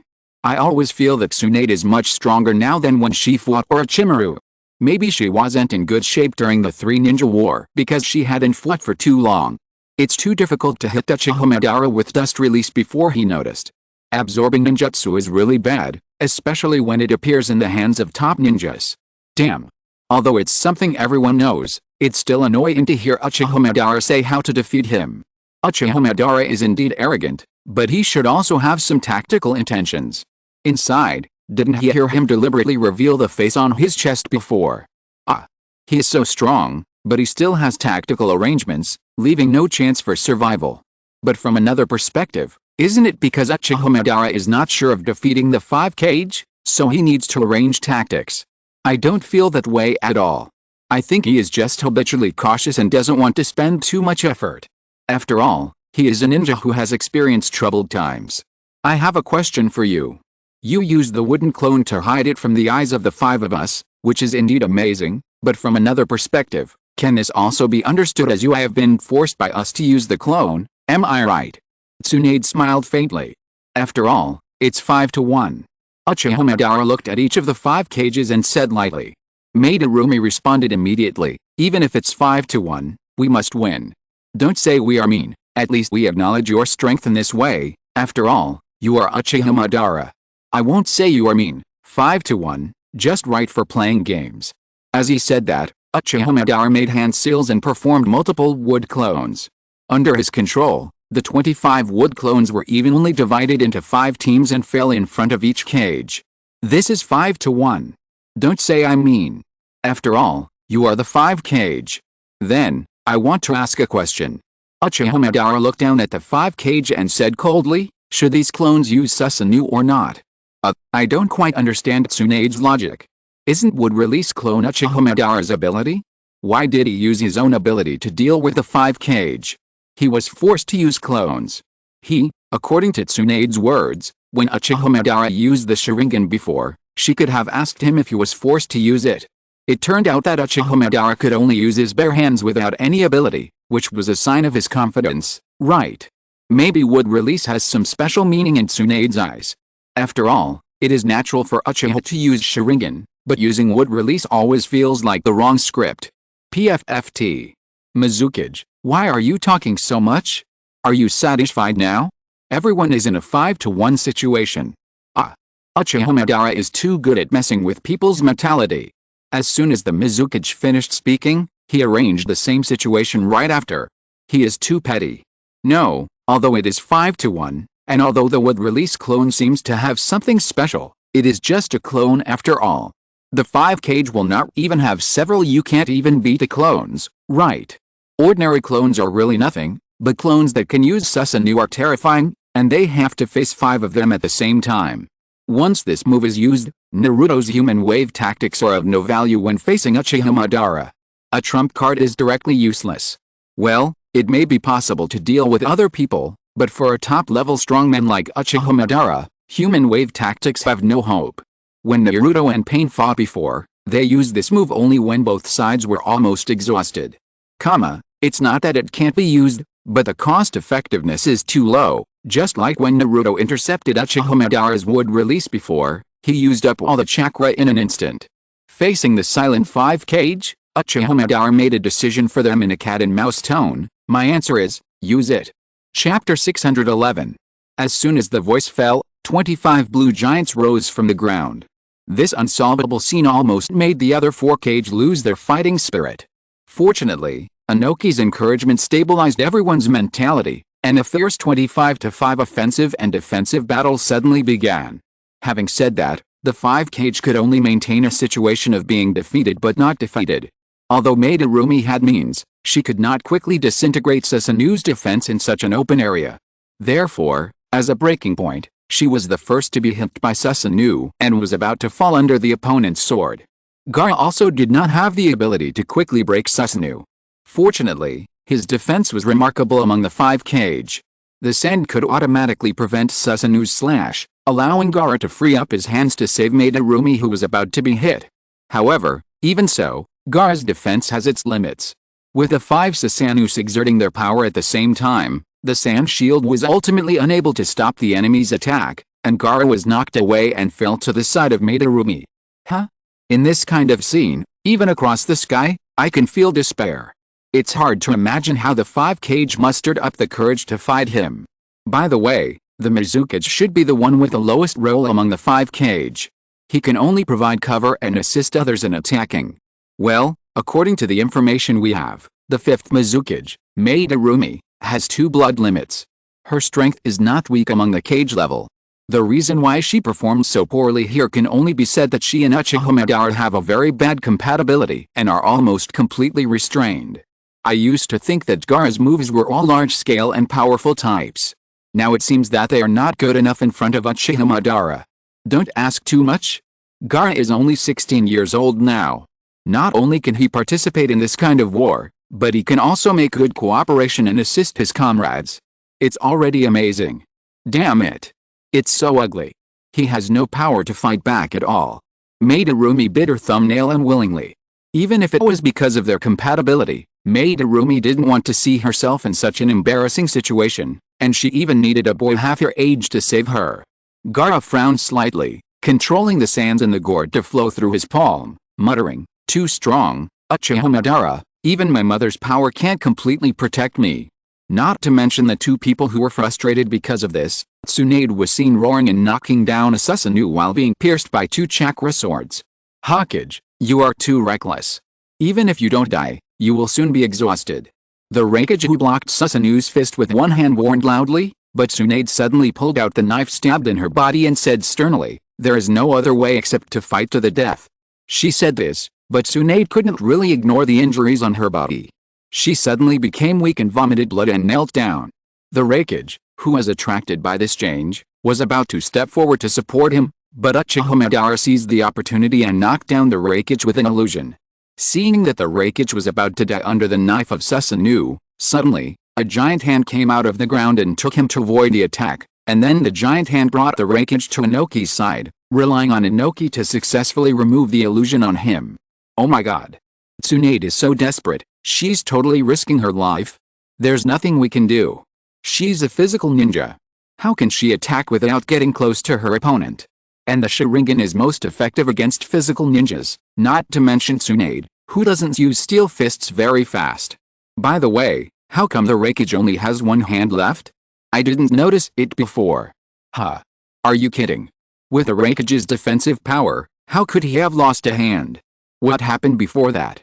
I remember that when Naruto went to the Raikage to plead for mercy, he still had both hands. Although that Tsuchikage said he would cooperate, he was the only one who had the strength to do so. The others didn't even have their own hands. I can't take care of it anymore. Wow, Lord Tsuchikage, you are so awesome. I have to admit that without that Tsuchikage, the 5 Kage and Uchiha Madara would have lost the battle long ago. Tsunade scratched her head in annoyance. Without the ability to attack from a distance, why did the Senju become enemies with such a troublesome clan? Asshole. The Raikage smashed a table out of habit, saying angrily, he was actually tricked by the Sharingan and was saved by that old man Inoki, damn it. Uchiha Madara, who was standing on a high ground overlooking the whole scene, saw Inoki's operation in his eyes. Inoki, this guy, the difference in combat experience is reflected. He used the aggravated rock technique to stop Susanu, and saved the Raikage. Despite this, Uchiha Madara still had no intention of taking action himself, so this gave the 5 Kage a chance to rise up. Inoki suddenly shouted, "Stand up, Kage! This is a critical moment of life and death, and you must not show weakness. Since we are the 5 Kage, we must not disgrace our name in this dying battle." We entrusted a battle to Naruto, and in this battle he entrusted to us, we swore that we must win. And this is also the trust of all ninjas to us. We must not let down the name of the 5 Kage that we inherited. The 5 Kage stood together again, facing the Susanoo Corps that seemed to have no casualties in front of them, and they were ready to die in their hearts, only that Sasuke held back the 5 clones, and it would be difficult for the other Kage to deal with 2 or 3. The old man is still very useful. The most important thing is that it didn't take much effort. Uchiha Madara can see it clearly. In the end, it still depends on that Sasuke to turn the tide. This has happened so many times. This is the first time I know that Sasuke-sama has such a strong appeal. When he was in the village, even Kuratsuchi didn't listen to his orders. It is indeed very inspiring, but anyone with a discerning eye can see that it has reached its limit. Woo woo woo. Sasuke-sama, Inoki smiled bitterly and shook his head. Being able to fight to this extent is far beyond Inoki's imagination. Even he himself finds it hard to believe that he can hold on, but he still can't beat Uchiha Madara. Sure enough, Inoki is the key. He must be completely discouraged. Looking at the 5 shadows who have cheered up again, Uchiha Madara let the remaining wood clones launch a full-scale attack. Chapter 612. Facing the giant's attack, Inoki stood at the forefront of the 5 Kages, condensing a white cube between his palms, and said to Tsunade, who is recovering him behind him, "Tsunade-sama, try harder. Chakra is running low, just treat this as your last chance." Dust release, limit stripping technique. Inoki made a desperate attack, and the huge white cube instantly engulfed all the wooden clones, and because he could not absorb ninjutsu when performing Susanoo, Uchiha Madara's body was also decomposed in half. At this point, the attack of the 5 Kages was not over yet. Inoki spread his hands and split the white cube to both sides, and then a water dragon with lightning came out from it and hit Uchiha Madara in midair, but under the effect of the Samsara Eye, the lightning water dragon disappeared in Uchiha Madara's palm at a speed visible to the naked eye. I've already said it, only physical attacks are effective against me. Even if you want to use dust release to destroy the clones and make a feint attack at the same time. Uchiha Madara hadn't finished his taunting when he saw a ball of sand quickly wrapping up half of his body, and at the same time, a series of sealing talismans were attached to his body, and it seemed that he was about to be completely sealed. If you don't like sand, don't absorb ninjutsu, but if you do, you will be paralyzed and unable to move because of the Thunder Water Dragon Bullet. Madarumi and the Raikage cooperated in performing the Thunder Water Dragon Bullet, and Inoki also made preparations for the follow-up. Then I will take the opportunity to use dust release, so that there will be enough time to seal. See?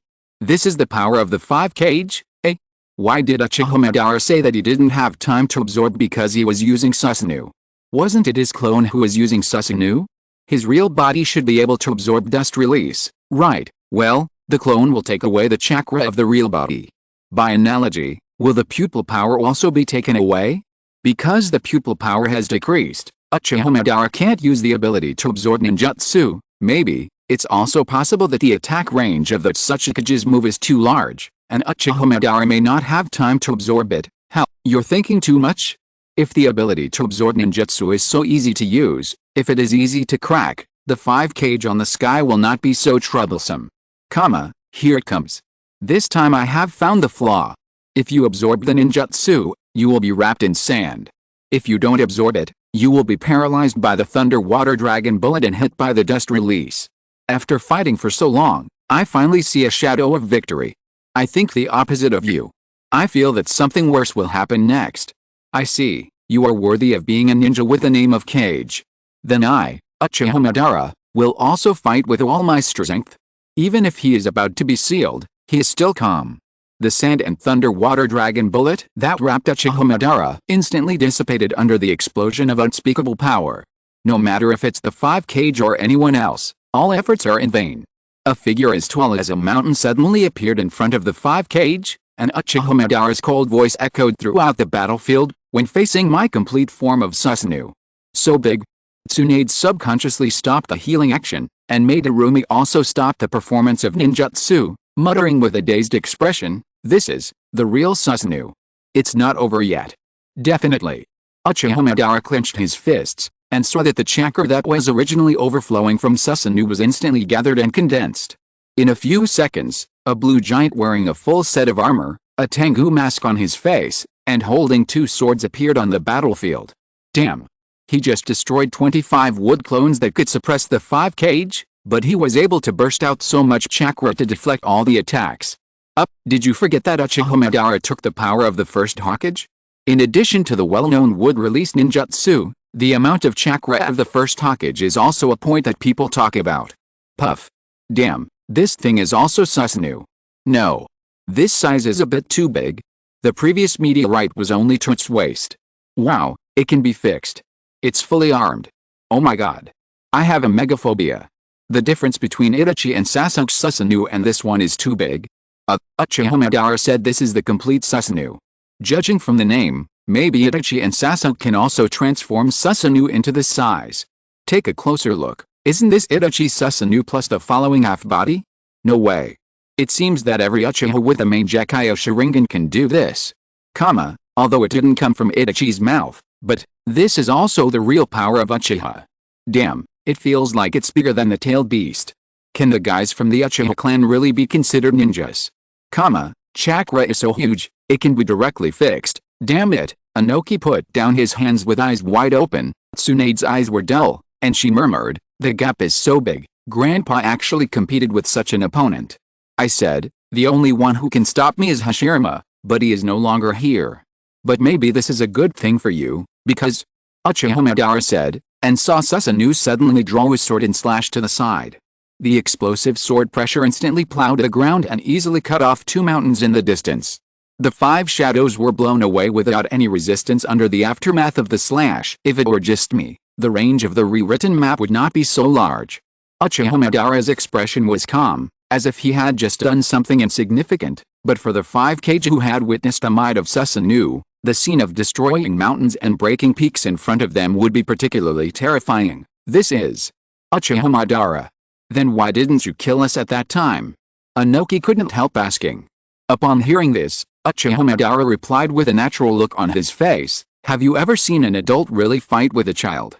That's all, are you done with it? Now even the 5 kage should give up. There's no way. This size, just appearing in front of us is enough to destroy the fighting will of most people. The fact that they can still endure and not escape now is already a manifestation of their determination. Chapter 613. Hoha, I actually wondered if this thing was just scary in appearance. Ha. The mountain was split apart. How can we fight this kind of enemy? In front of this kind of power, we are really just like children. Don't flatter yourself. Children refer to the 5 kage. We are not even as good as children. Our level is probably the same as the flowers and plants on the roadside. At this time, stop joking. The only thing I am thankful for now is that this happened on the sky, and Uchiha Madara is still dead. I beg you, those who are secretly plotting, please don't revive Uchiha Madara. I don't want to be hit by a meteorite, and I don't want to fight this kind of giant. Since you know that the other party is a child, you still hit him so hard. You are really too much, Madara, Senju Hashirama shouted indignantly, and Senju Tobirama shook his head helplessly. Speaking of going too far, big brother, you're no less impressive. After all, this is the willfulness of the strong, and everyone else can only let it go. In Iwagakure village, Inoki leaned back in his chair and exhaled deeply. Is this the impression I gave you, kid? But since I use this kind of power this time, it means that I have grown up in your eyes. Haha, I didn't expect that. I am already in my 70s, but I have just grown up in his eyes. Susanoo took a step towards the 5 kage, and humans were not even as high as their heels in front of him. However, even in this situation, Inoki still took the initiative to step forward and said without giving in, we are confused, and now we have finally found our own way. How can we stop here? Hearing this, Uchiha Madara looked down at the 5 kage, and after a moment of silence, he responded, Susanoo represents destruction, it can shatter everything in the universe, and its power is comparable to that of the tailed beasts. You should carry your way and be crushed together, 5 kage. Susanoo held his sword high with both hands. Judging from the performance of cutting off the mountain top before, the 5 kage will definitely not be spared from this blow. Suchikage, sir, are you not going to give up in this situation? What if we don't give up? Uchiha Madara doesn't even need to make a move. He can just kick at us. No matter how hard the 5 kage struggle, it will be useless. This is probably why they can become the top ninjas in the ninja world. Perhaps it is this belief that supports them and makes them far more powerful than ordinary ninjas like us. We are indeed not Uchiha Madara's opponents, but we are not scared just because of his performance. This level of battlefield is supported by those top ninjas, and we ordinary ninjas also have our own battlefields to play. Yes, Uchiha Madara is indeed very strong, but don't forget that the final victory of the war belongs to the coalition. Naruto has lived to become Hokage in the future. Speaking of Naruto, since he is called the strongest in the ninja world in the future, it means that his strength should be above Sasuke. We can equate Sasuke, who also has the Samsara Eye, with Uchiha Madara. Doesn't this mean that Naruto's strength should also be above Uchiha Madara? So he must have a way to deal with the attack of this giant. That's right, don't underestimate the value of the child of prophecy. Uchiha Madara is just a mere Uchiha Madara, but Naruto has the support of almost all the tailed beasts. I believe Naruto can turn the tide, but how can the 5K here survive this disaster? Are there any other strong players to help? However, unexpectedly, at the moment of the slash, the originally majestic Susanoo suddenly collapsed. Uchiha Madara, who was still a little confused, immediately understood that something had happened to the caster when he saw the white light coming out of his body. Similarly, after seeing Uchiha Madara's body gradually turning into dust and scattering, Inoki immediately thought that this was a sign that the impure world reincarnation was unlocked, and couldn't help but excitedly said that God had not given up on them. It seems that you also have capable ninjas on your side. There is nothing we can do. Uchiha Madara muttered with his hands down. Just when Terumi thought that he had finally given up the idea of fighting, Uchiha Madara rushed over and performed the Dragon Flame Song technique on the 5K. Terumi didn't have time to perform Water Escape to intercept, but fortunately Tsunade stepped forward in time and used her self-healing ability to directly use her arms to blow away the incoming flames. Hey! What happened? Susanoo suddenly collapsed, and why did the white light on Uchiha Madara look familiar? I remember now. At the end of the episode where Itachi and Sasuke teamed up to fight Kabuto, the same white light came out of the Jinchuriki who was tied up by the tail of the Eight Tails. The impure world reincarnation has been cancelled, and it was cancelled at this critical moment. Oh my god, Uchiha Itachi, you are the real savior. You defeated all the masters of impure world reincarnation including Uchiha Madara by yourself. Even if you beat Madara to death, you would never have thought that it was the other two Uchiha Juniors who stopped him. It's finally over. Although the battle didn't last long, my mood was really ups and downs. Does Uchiha Madara want to struggle one last time? The dead should go back to the Pure Land obediently. Really, don't come out to scare people. Tsunade finished the battle, responding to Uchiha Madara's contempt for women, and gave him a hard slap. Oh, that's enough. The performance of the 5K is really good. This godlike enemy, by the way, is it really over? The key words are despair, emptiness, and the current situation has nothing to do with this. Maybe it just points out the situation in the middle of the battle. I have watched so many episodes of Shenmue, but I haven't summarized the keywords of Shenmue. Isn't it consistent throughout the whole process? Uchiha Madara and Ifei have cooperated. Maybe they still have some tricks up their sleeves. Anyway, the battle here should be over. Alice, I would rather face Ifei whose identity is unknown than see Uchiha Madara again. This legendary figure is really not easy to deal with. Although the chakra of the 100 heroes was exhausted at this moment, seeing that Uchiha Madara's soul had already left his body after the impure world reincarnation, Tsunade completely relaxed and fell from the air powerlessly. If you're listening to this novel on a channel other than Fanfic World, it means they downloaded and uploaded it without effort. We cordially invite you to visit our channel, Mundo Fanfic Novelis. There you'll find the original version of this story and you can explore many other novels of various genres. We're waiting for you to immerse yourself in a world of incredible novels. Chapter 614. Unexpectedly, at this moment, I don't know what method Uchiha Madara used, but he actually forced the soul that had originally flown out to return to the body of the impure world reincarnation, and then controlled the long sword of Susanoo to stab the defenseless Tsunade. The other 4 cages saw that the situation was not good and rushed to attack, but because they were a step slower, they could only watch Uchiha Madara's attack hit Tsunade. Just when the 4 cage thought they were powerless, they saw Tsunade, who is already close to coma, suddenly reacted, evaded the attack with agility and distanced herself. Damn. What's going on again? If you want to die, Die quickly. What is Uchiha Madara trying to do again? His soul flew out, how come it's back again? I'm not surprised. After Uchiha Madara showed that kind of strength, I didn't think Kabuto could really control him. Is that it? Konoha has a kind of spiritual transformation secret technique. Does Uchiha Madara also know this trick? It's possible. Look at Uchiha Madara's soul. Although it has returned, the white light on his body has not disappeared, which means that it should still be the reincarnation technique. He is in a state of being eliminated. Maybe he is just relying on his strong strength to delay. A last-ditch struggle. Is it necessary? The five Kage don't have any big hatred with Uchiha Madara. Do they have to be killed before they are willing to return to the Pure Land? Hey. What's wrong with Tsunade? How come she suddenly regained her mobility? Everyone was puzzled, even Tsunade herself was puzzled. At this time, a familiar voice sounded in her mind, long time no see, it's me, Tsunade. The next second, Tsunade appeared in her own consciousness space, and then she saw Kato Dan, who had been dead for many years, appeared in front of her.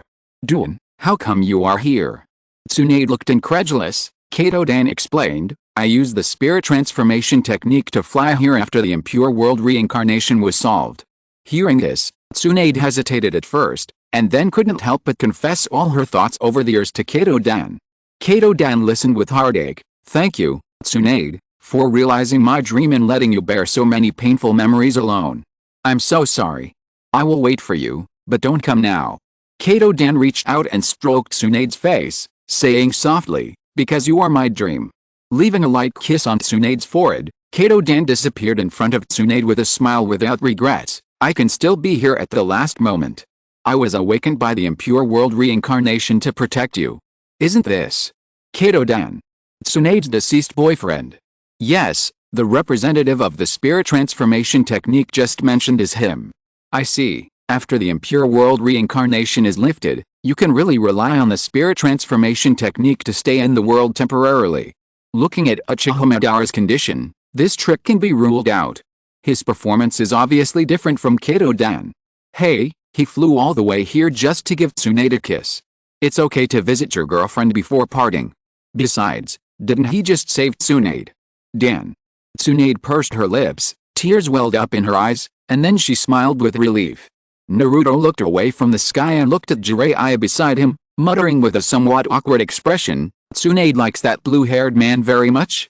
If the lecherous sage on the sky is still alive, it would have been.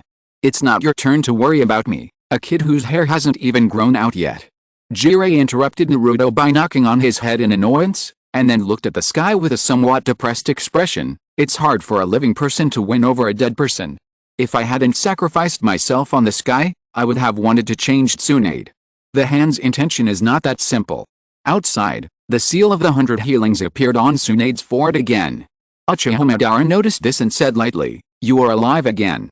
Did someone transfer chakra to you? A gift from an old friend. Tsunade smiled with relief, but the other four shadows felt extremely nervous at this time, because Uchiha Madara's soul, which had been separated, was now firmly attached to the body of the impure world reincarnation. In the questioning of the Raikage, only Uchiha Madara answered like this: there's only one risk in this technique, that is, as long as the seal is known, the dead who are called back can take the initiative to cancel the summoning contract of the impure world reincarnation. In that case, you will be in big trouble. Immortal body, unlimited chakra, can move freely without being controlled by the operator. Could it be? Anoki's facile look of shock appeared on his face, and Uchiha Madara instantly completed the seal. Go tell the caster that the forbidden technique cannot be abused. Impure world reincarnation, release. Kato Dan's move can also transmit chakra, so has Tsunade regained her combat power now. Now even if Uchiha Madara forces the soul to stay in the world, the 5 Kage can continue to support it. PFFT. Too early to be happy. Impure world reincarnation actually has such a weakness. In fact, judging from Itachi's ability to break free from impure world reincarnation, Uchiha Madara should have similar means. The performances of the two are still different. Although Itachi broke free from the control, but he disappeared soon after the impure world reincarnation was lifted. But from what Uchiha Madara said at this time, it seems that he can stay in the world forever. I guessed right before. The impure world reincarnation ninja really has infinite chakra, And with the immortal body, my god, why would the second Hokage, who was struck by lightning, leave behind such an ninjutsu? It's okay that he left behind such an ninjutsu. The key is that he, as the inventor of this ninjutsu, failed to break free from control. Instead, the Uchiha from the two rival families successfully broke free from the restraints. Interesting, there is actually such a weakness. Orochimaru licked his lips, remembering the battle between himself and the third Hokage in a previous issue of Tenmu. The second generation hid this weakness so that he could get rid of the control and fight against the summoner after being summoned by the enemy. It was just that the two generations of Hokage summoned by me on the sky were far less powerful than those in life, so I accidentally avoided this kind of development. As a result, it was now used by Uchiha Madara. Kabuto pushed his glasses and grinned self-deprecatingly. I on the sky was implicated. I thought I had a trump card, but it turned out to be a bomb that could explode at any time. Chapter 615. In the Pure Land, Senju Tobirama folded his arms across his chest and curled his lips in disgust. Damn Uchiha Madara, he actually knows so much about the mechanism of impure world reincarnation. When did he find out about this? The body that had originally collapsed returned to its original state. Looking at Uchiha Madara, who had been released from the impure world reincarnation, Terumi Mei's body trembled slightly uncontrollably. How could it become like this? It is impossible to restrain me with such a ninjutsu. You should understand this point after fighting with me for so long. Glancing at the crowd after a glance, Uchiha Madara said listlessly, well, regarding the complete form of Susanoo, everyone says that anyone who sees it will die. But now that it has been taken back, it would be embarrassing to use it again. I lost interest because I was interrupted just now. It's almost time to catch the nine tails. Hearing this, Inoki immediately remembered what he had said to Naruto before, and flew up to block Uchiha Madara. Seeing this, Terumi Mei, who had suffered a major blow in succession, couldn't help but speak to dissuade him, but Inoki had no intention of giving in. After a moment of silence, Uchiha Madara put his hands on his hips and looked at Inoki coldly. It's too ugly. That such a kid really intends to die here. Compared to that, the Mizukage's performance is not so good, not as good as the younger Gaara. Alice, I can't blame her for anything. Facing an enemy like Uchiha Madara, it's normal to feel fear and discouragement. I'm too embarrassed to see anyone. Madarumi covered her face and lay on the desk. She really didn't expect that she would be the first Kage to lose the will to fight. Not only was she not as good as the younger Gaara, she was also far inferior to Tsunade, who was also a woman. It was embarrassing for the whole ninja world. No. It must be because I'm still single. If I had a boyfriend like the Hokage, if my boyfriend could cheer me up at the critical moment, I would definitely have the courage to fight to the last moment. Yes, that's it. Madarumi became more and more excited, pointing at Queen who had just walked in and shouted, immediately sort out the information of all unmarried men in the village. I want to let the whole ninja world see the power of marriage. Uchiha Madara actually has no intention of doing anything to the 5 Kage, according to what he said. Both sides know that no matter how much the 5 Kage insists, it will be useless, but after all, they just said that to Naruto not long ago. If we don't fight to the last moment, we always feel a little sorry for the name of the Kage. Swallowing saliva, it seems that Uchiha Madara is a little impatient. The scene changes. Kakashi and Kai cooperate to trip the outer path demon statue, and then Naruto hits it hard on the chin and knocks it back. Afei dodged the outer path statue that was smashing at him with a leap. Naruto looked at him with a grin and laughed. You don't look very well. What did you say? Because your face is blocked, I can guess. If you have the guts, take off your mask and let me see how calm you are, idiot. Listening to Naruto's ridicule, I don't know if Afei was really angry. He directly summoned the red gourd and the amber bottle, and muttered, I have no choice but to start directly. I originally wanted to revive it in its complete form. As he spoke, the 2 Six Paths ninja tools were thrown into the mouth of the outer path statue. Afei made a tiger seal with his hands. Amid the roar of the outer path statue, he said coldly, however, even if a part is missing, the integration will not be much different. It has been delayed for too long, and it is time to fulfill the promise. Skip the battle between the 5 Kage and Uchiha Madara directly. Well, they are afraid that the 5 Kage will be beaten too badly, so even the Sky Screen can't bear to play it. This is the sequel of the previous Tailed Beast War. It should be close to the end of the war. Do we have to wait until Naruto defeats Afei before we can support the 5 cage? I don't think they can hold on until then. Huh? Why does the jar that Afei summoned look so much like the amber purifier bottle in our village? It looks like shit. That's the amber purifier bottle in our village. Wait. Why does that red gourd look familiar? How can it not look familiar? That's the red gourd that was stolen by the Kinkaku and Jinkaku brothers. Damn. They are all our Kumagakure treasures, and they all fell into Afei's hands. After saying so much, what are the functions of these two things that make you so excited? General, they are two very useful ninja tools, but why did Afei use them to feed the Outer Path Demon statue? Facing the erupting Outer Path Demon statue, although Kai and Naruto saw Afei's actions, they were not clear about what the other party did due to their limited brains. Even Kakashi could only get a clue based on the known information. Fortunately, Afei did not intend to be a Riddler at this time, and said directly, "Watch carefully, and then experience the resurrection of the 10 tails for yourself. And the end of the world." So that's it. So the Outer Path Demon statue is the body of the 10 tails. Kakashi suddenly realized. Facing Naruto, who didn't even know what the 10 tails was, Kakashi ignored him and quickly analyzed it. But I still don't understand. If it's really as he said when he declared war at the 5-cage summit, in order to recover the chakra of the 9-tailed beasts and revive the 10 tails, then the war was launched, but the 8 and 9 tails were not recovered. Is it a mystery? It is indeed the 10 tails, and this Outer Path Demon statue is the 10 tails' true form. No wonder it can manipulate the tailed beasts. So, Afei's goal is simply to destroy the world? What's the reason?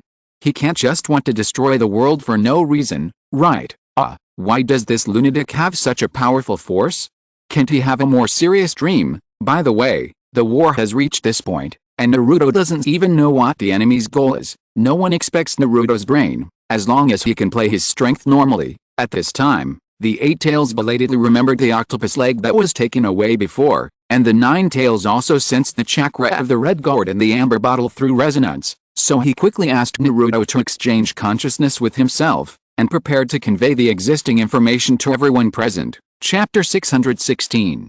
Listen, a deep voice came from Naruto's mouth. After learning that it was the 9 tails who sent the message, Kakashi quickly concentrated and listened carefully. If only part of the tailed beast is used, it's fine. The Outer Path Demon statue already has part of the 8 tails and my chakra. Facing Kakashi's shocked expression, the 9 tails continued, the jar and gourd that guy summoned just now are the treasures of the 6 Paths Old Man, and they have a powerful sealing technique that can seal everything. Then the 9 tails explained the entanglement between the Kinkaku and Jinkaku brothers and himself.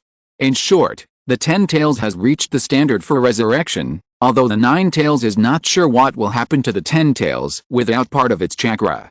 7-tailed beasts, plus part of the chakra of the 8 tails and the 9 tails, can they be combined into the 10 tails? If we look at the battles between the 9 tails and other tailed beasts, it seems that they are not invincible. You are overthinking. How can it be a simple superposition of power? If it is only slightly stronger than the 8 tails and the 9 tails combined, would it be possible for Afei to make such a decision? Kinkaku and Jinkaku, I remember that they were rebel ninjas from Kumagakure during World War I. They survived after being eaten by the 9 tails and even gained the 9 tails power. It turns out that it is so easy to gain the 9 tails power. By analogy, can other tailed beasts be eaten as well? Ask those Jinchuriki who went berserk because of the tailed beasts. They know that the power of the tailed beasts is definitely not something that normal people can withstand. I was wondering why the red gourd appeared in the hands of the enemy. It turned out to be the 2 troublemakers, Kinkaku and Jinkaku. The Raikage showed a vicious expression and cursed, "You murdered the second Raikage, stole the village's treasures, and now you've sent the 9 tails chakra to the enemy. You 2 bastards, it's really bad luck for Kumagakure to have you 2 guys, so, we must stop him before he resurrects." Kakashi moved his right hand and adjusted his state to prepare for the attack. Hearing his words, Fei lowered his eyelids and said coldly, "Kakashi, you are so easy to say, what a pathetic man who has been immersed in regret all his life." After this, Kakashi and Kai were silent at the same time, because Fei's tone was too familiar, not like a stranger at all, so Kai couldn't help asking, "Who are you?" Fei seemed to be unaware, and answered without thinking, "What's the point of telling you? You can't even remember what others look like." Fei's tone is a bit wrong. Indeed, It seems that I am very familiar with Kakashi and his people. Is this guy's real mask finally going to be exposed? I want to see who in the Uchiha is, who is so crazy that he wants to destroy the world. It should be someone familiar to Kakashi and Guy. After all, no matter how much intelligence they collect, they won't remember Might Guy's face blindness. Just ask him. Hey, Kakashi, Might Guy, do you know who this guy is? Or is there anyone you suspect? In Konoha, Kakashi and Guy, who happened to be gathering with several senior ninjas of the same period, looked at each other, and then they both touched their chins and thought about the memories. As ninjas from the same village, although Uchiha has never been very sociable, Kakashi and his ninja careers have more or less cooperated with some Uchiha to carry out missions, and there are also a few people who are familiar with him, so considering this aspect alone, it is not so easy to determine the true identity of a Fei. However, if we talk about the Uchiha that they are most familiar with, it is naturally Obito. However, for Kakashi, who regards Obito as a hero, how can he replace him with a Fei? However, it would be better if he didn't think about it. When he thought of Obito, Kakashi suddenly shuddered and his face turned pale. A Fei, Uchiha, exposed right eye, space-time ninjutsu, familiar with them, these characteristics add up. How come the more you look at him, the more he looks like Obito? No. Kakashi hurriedly denied it in his heart and gave a reason. Obito gave me his left eye, but when a Fei was fighting with Konan, his left eye was still intact. Besides, in that situation, Obito was already on the verge of death, and Obito himself said that the other side of his body had been smashed by stones. In this case, how could Obito be a Fei? But the more he denied it in his heart and the more he made excuses, the more Kakashi's mind would involuntarily associate and analyze the opposite idea. For example, a Fei, who was involved in the Uchiha clan extermination incident, most likely had a spare Sharingan on hand. This makes sense that both of his eyes have Sharingan. Or, Obito, who is on the verge of death, successfully escaped with the help of Uchiha Madara, and then became Uchiha Madara's assistant because of something. Thinking of this, Kakashi was sweating profusely, breathing rapidly, and whispered unnoticeably, "Rin." Asuma, who was sitting at the same table, noticed Kakashi's abnormality and patted his shoulder. "Are you okay, Kakashi?" "No. Nothing." Kakashi immediately came back to his senses, shook his head to show that he was fine, but his face was still pale. "Am I the only one curious about why Fei?" said Kakashi spent his whole life in regret. Anyone who has experienced war can basically use this to describe it. It's too general. Not understanding what the dispute between them is, as time is running out, Kyuubi interrupted their conversation directly. "Kakashi, you are right, we have to stop the Ten Tails now." The old man Leodeo said that the day when the Ten Tails is fully resurrected is the end of the world. Is the Ten Tails really that powerful? I can imagine it has 10 tails, but what exactly is it? Naruto couldn't help asking, and then Kyuubi gave this answer. "From the one tail to my 9 tail, the chakra is a collection. It is the origin of chakra. People have various names for it, such as Shinmu Yishin, Daoling, Date Fashi. It drinks the sea and splits the earth, destroys mountains and breaks peaks. It is regarded as the ancestor who created this land. Even if it is just a simple addition, it has the power of 9-tailed beasts combined.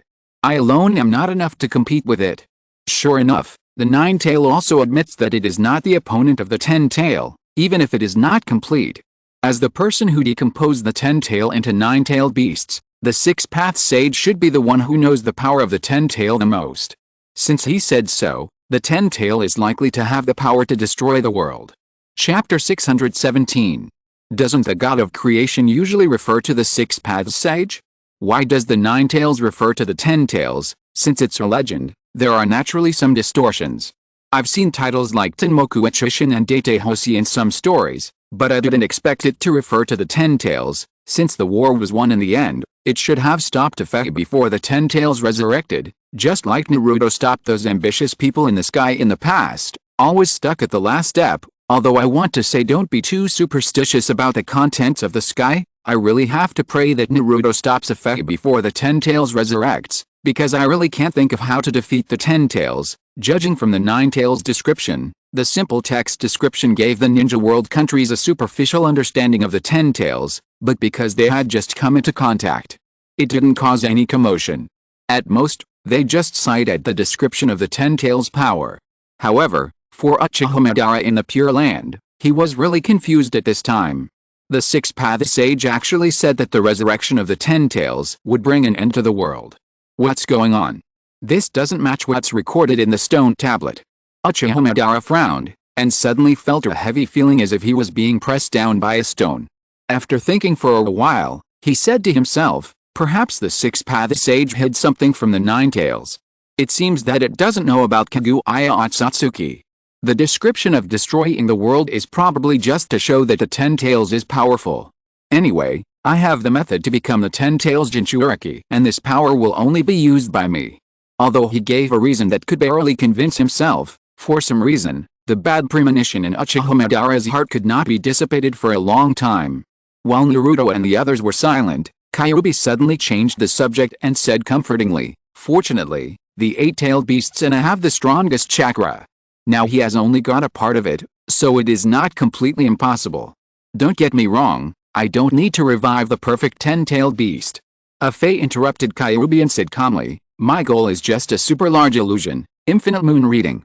Let everyone on this planet fall into the same illusion, create a unified world without individuals, a perfect world without war and pain.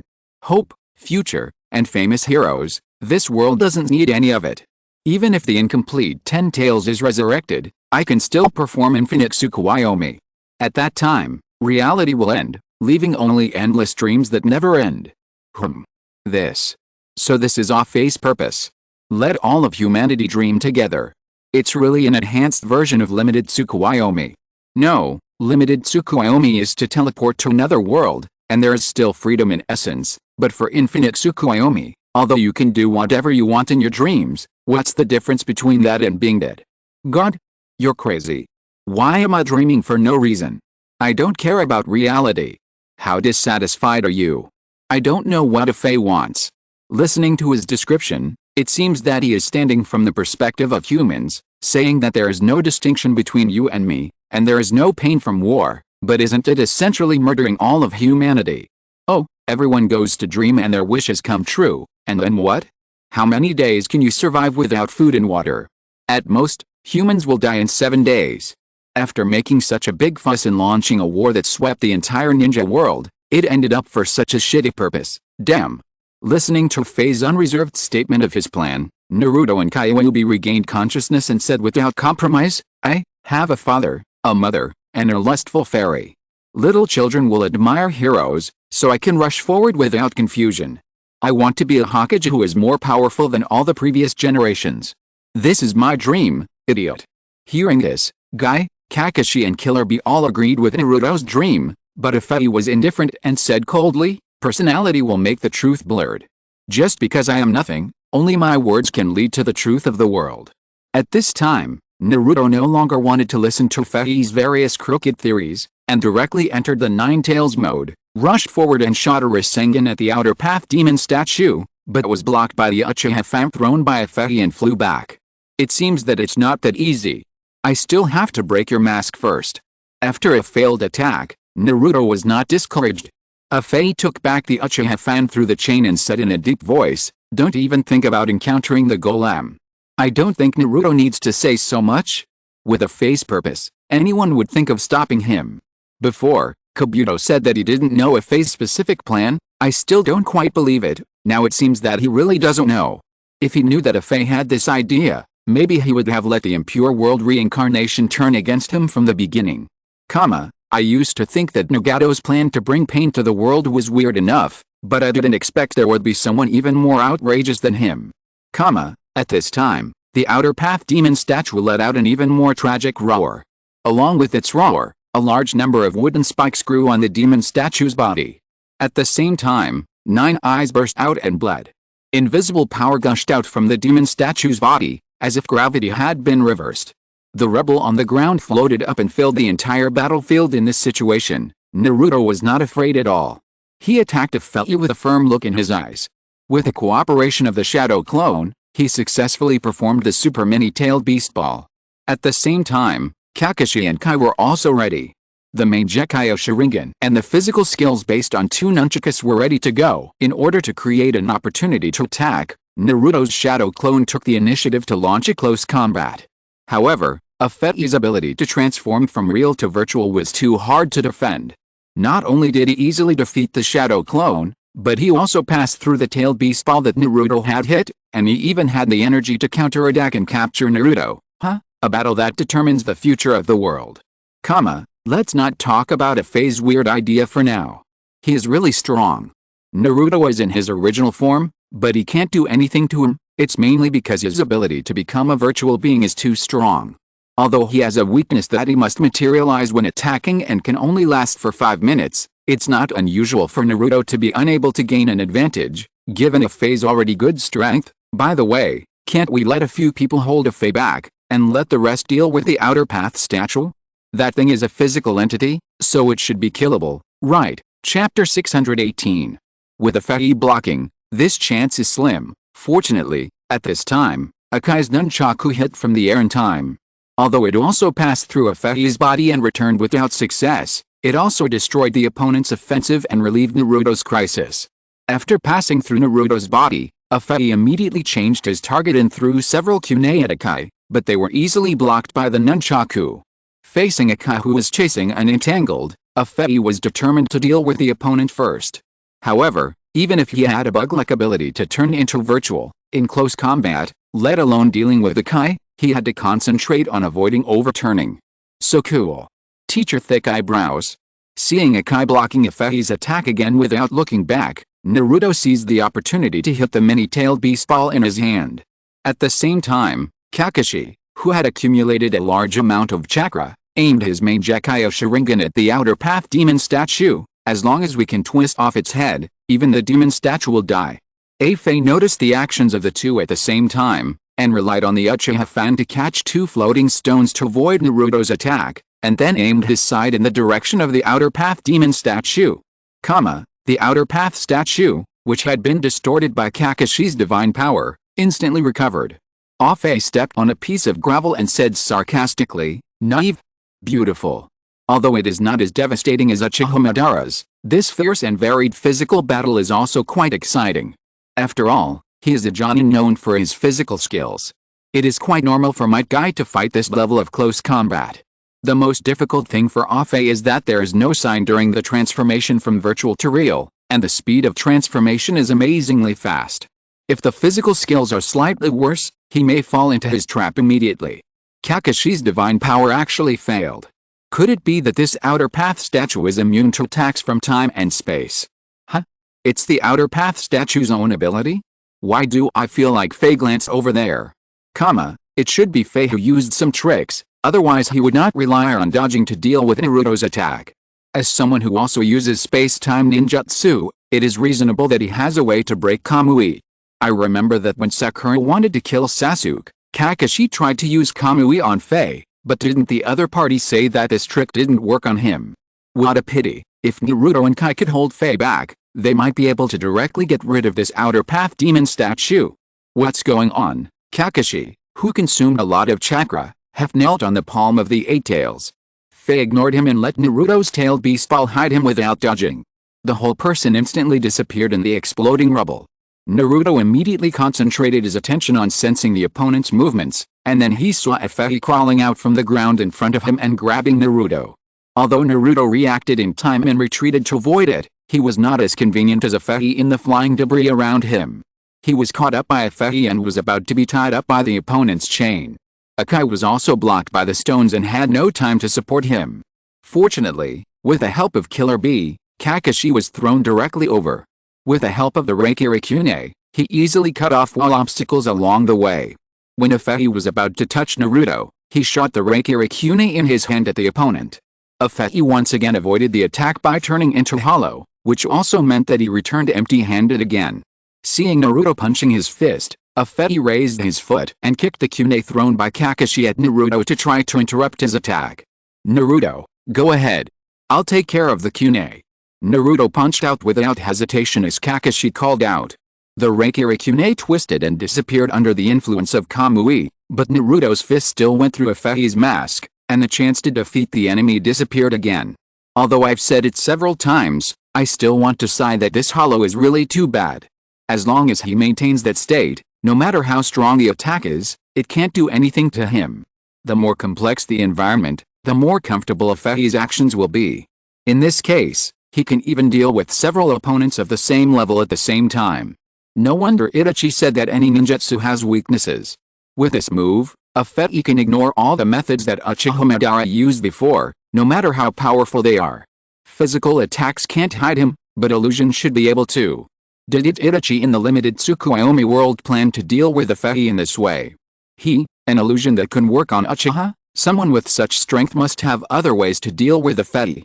In the end, without some strength, what's the use of telling you your weaknesses? If the sky screen hadn't slowed down the picture, most people wouldn't have been able to see this battle. So strong. How many actions did both sides take in such a short period of time? That Kakashi, in this battle, can only play a supporting role. The level of this battle is too high. There's no way. Compared with Kai, who specializes in physical skills, Kakashi, who is well-rounded, is not weak in physical skills, but is more likely to fall into the trap of a Fei. Choosing to assist Naruto and Kai for the sake of caution is a correct tactical arrangement. The two sides distance themselves, and Naruto and the other two lean towards each other, complaining and thinking about countermeasures. At this moment, Fei turned his head to look at the three people, and a slight scratch suddenly appeared on the mask on his face. Noticing this, Kai and Naruto thought that Naruto's attack just now was effective, but Kakashi objected after thinking about the attack just now. No, in my opinion, it was not caused by Naruto's attack. Faced with the questioning of the two people around him, Kakashi closed his eyes and thought and analyzed. Look at the cracks on the mask. It doesn't look like it was caused by Naruto's fist. It looks more like it was scratched by a sharp object. Wait, Kakashi suddenly opened his eyes wide, as if he thought of something unbelievable. Was it scratched when the kunai passed through Fei's head? Obviously not. If it was, Kakashi wouldn't be so shocked. Although not the main attacker, as the brain of this battle, Kakashi is still very important. People are so different. Kakashi was able to figure out the reason in such a tense atmosphere, but I was like an idiot, with an empty head and no idea what happened. Chapter 619. It's good to be self-aware, admit your own shortcomings, and then rely on those who have talent. So, Kakashi, what do you think about this? Can you share it briefly? At this time, Kakashi, who was named, could no longer be said to have an ugly face. The cold sweat on his face could not stop coming out, and his bad mood could not be concealed at all. This was the first time that Kakashi felt repulsive to his own quick thinking. He would rather his brain not turn so fast at this time. Perhaps he would not have to face the cruel fact that was about to be revealed. The transferred kunai, the scratches on the mask, how could it be? Impossible. Although the senior ninja at the same table was not as smart as Kakashi, seeing his current state, combined with the speculation about the true identity of a Fei just now, the group more or less associated some answers. Especially several classmates, as partners who have known each other since childhood, they know Kakashi's interpersonal relationships better than others, and naturally can get more clues at this time. After exchanging a glance with Kai and Asuma, Hong couldn't help but cover her mouth in shock, looking at the sky with an expression of disbelief, muttering, could it be? Taking advantage of the gap between the two sides, Killer Bee dragged his huge body after transforming into a tailed beast and punched the outer path statue fiercely, but unexpectedly, Fei was prepared, and his palm ignited a ball of red chakra and slammed it heavily on the ground. Uchiha fire formation. Along with the Fei's action, a red column-shaped barrier instantly enveloped the outer path statue, not only blocking the fist of the Eight Tails, but also burning it and repelling it. Let's not talk about Killer Bee, whose offensive was blocked. During this period, Kakashi stared at Fei and thought deeply, sure enough. No, this is impossible. But, even I don't know how to stop Kamui. Thinking of the Kamui that was interrupted just now, and the scratches on Fei's mask when the kunai was transferred, Kakashi frowned and thought with a little repulsion in his heart, if the cracks on the mask were caused by the kunai transferred by Kamui, then his ninjutsu. Although this assumption is a bit incredible, it is not impossible. It's useless to just think about it. Kakashi took a deep breath and calmed down. He said to the people around him, Kai, Naruto, Mr. B, I want to verify something, please help me. Wow. This is the first time I know Uchiha has such a strong barrier technique. It can easily block the huge power of the tailed beast. It's expected. According to Uchiha Itachi's performance, Uchiha still has many cards to hide. By the way, does anyone understand Kakashi's mumbling? The scratch on Fei's mask is obviously caused by the kunai. What's the fuss about it? The point is not here, but how Fei was hit when he was hollowed. It feels like Fei was scratched just before he was hollowed. Is it necessary to think so much? Hey, this is the difference between a good brain and a bad brain. It's because Kakashi thinks too much that he can really find a way to win. The few people quickly communicated, and then saw Kakashi and the other two jumped into the palm of the Eight Tails, and shot straight at Fei under Killer Bee's throw. Akai took the lead, holding two nunchakus and launching a close-range attack. The power and speed of each attack were quite amazing, but he could not do anything to the hollowed-out Fei. Even under the inside of the Sharingan, the nunchakus he threw were easily grasped by the opponent and then disappeared under the absorption of time and space. Naruto seized this moment of materialization and jumped out from behind Kai and fired a Rasengan.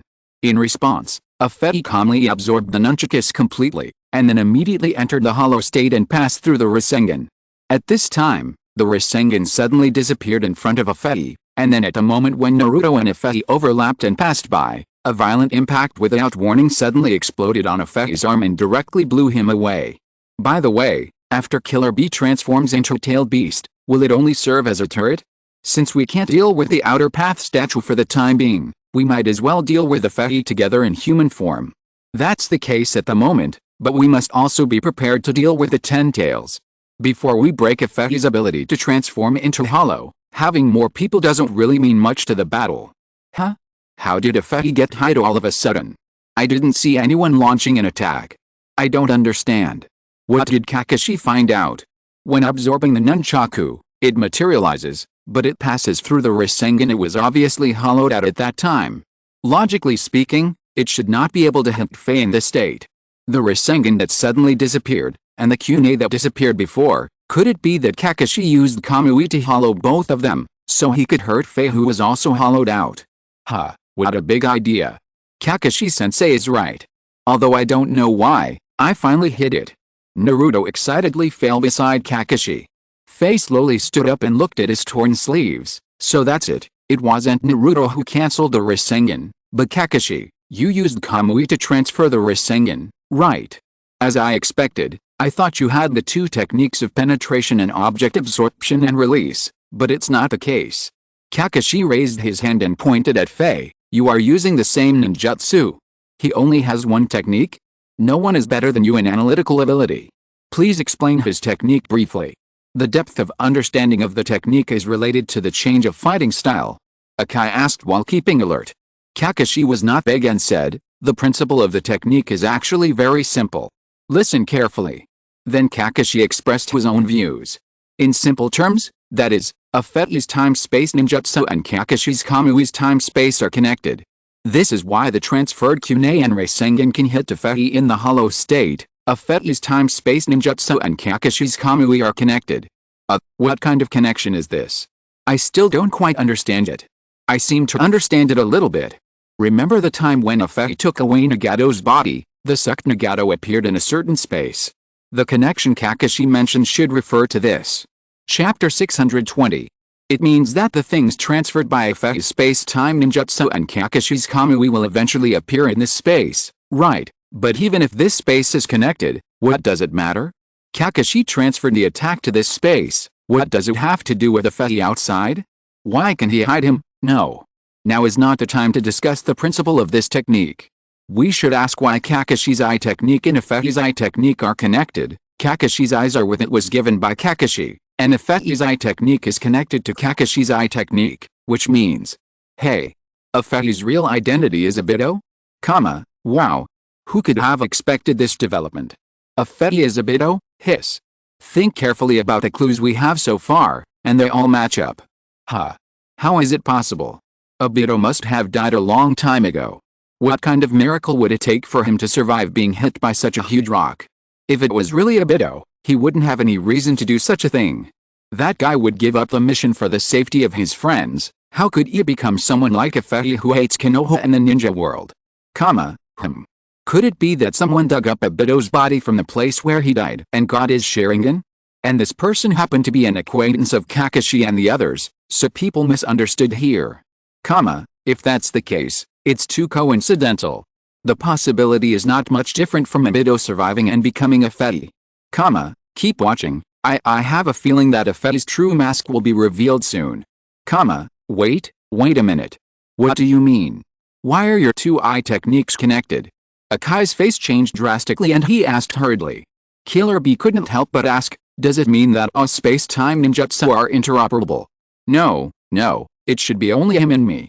Kakashi hesitated, but Naruto didn't notice his emotional changes and asked why Fetty was hit by the transferred Kunein Rasengan. Hearing this, Kakashi calmed down a little and then explained that the reason why the transferred attack could hit Fetty was because he also transferred the part of his body that was in contact with the outside world to another space, so the two sides in the same space-time came into contact, which is why the attack worked. Kakashi has already thought of Obito. It's obvious. After all, we, who are not important, have this idea. How could Kakashi, as the person involved, not think of it? If it is really Obito, I don't know if Kakashi can still fight next. Oh, so this is the effect of a Fetty's hollowing. No wonder the transferred attack can hide him. So as long as there is material passing through a Fetty's body, and during this period, Kakashi uses Kamui to transfer the attack, he can actually hurt a Fetty. Although it seems to have been cracked, it is very difficult to operate. Indeed, let's not talk about whether Kakashi can grasp the opportunity to use Kamui every time. A Fetty's strength is there. It is difficult to create an opportunity to overlap with the opponent's body. What's more, Kakashi's chakra amount is also a big problem. He should not be able to use Kamui without limit. It all depends on how Kakashi performs. Like Konoha's 600 billion detonating tags, they are tactics that others cannot replicate. Naruto immediately understood, and then Killer Bee brought up the topic just now, that is, why their pupil powers are connected. Akai hesitated. Even if he was slow, he could vaguely sense a Fetty's true identity, not to mention the quick-thinking Kakashi. Where did you get that eye? Kakashi asked calmly. A Fetty was silent for a moment and answered, where? If I have to say, it should be the last battle, the Battle of Canopy Bridge, the battle where you got the title of Sharingan Hero. You. Kakashi's face changed drastically and he could no longer maintain his calm expression. Seeing this, a Fetty pointed at him and shouted, I said. Don't speak casually. You have degenerated into a person who can only talk. No matter what you say, it has no value and meaning. It's too late to regret. Reality will only move forward cruelly. You should understand that all wishes in this world cannot be realized after seeing the reality. That's why I want to introduce the world into the dream of infinite moon reading. I want to create a world where heroes don't have to make pitiful excuses in front of the memorial stone. It feels like the possibility has greatly shifted towards Obito. This tone of disappointment, what on earth did Kakashi do? This is the first time I heard obvious anger in a Fetty's voice. Whether it's Obito or not, a Fetty must have suffered a great blow, so he has the idea of escaping reality with infinite moon reading. Is it really you? If it's really you, you must be very disappointed in me, Obito. Kakashi looked at the sky with sad eyes, listening to Fetty's accusations, his thoughts surging. I didn't keep my promise with you, I didn't protect Rin well, I'm a waste, but, why did you become like this? You are the hero of Konoha? Akaji, who was also looking at the sky, frowned and said in a deep voice, is it really? Obito? Why? Who knows? Asuma smoked a cigarette with a serious expression. It's been so many years, some changes are normal. After all, he was mixed with that Uchiha Madara. Don't jump to conclusions for now. The current situation is just this possibility. Maybe as everyone speculates, someone else got Obito's eyes.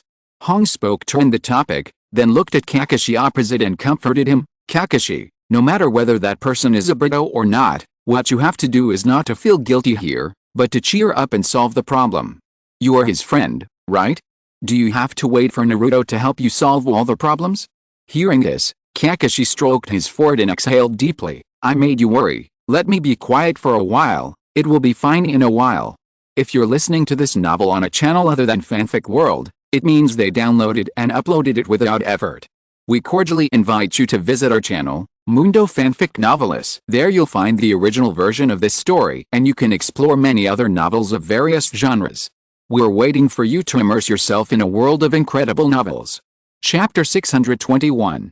By the way, since Fetty and Uchiha Madara are in a cooperative relationship, Does that mean Uchiha Madara's goal is also this infinite Tsukuyomi? With Uchiha Madara's strength, he won't become a person who escapes from reality, right? Who knows?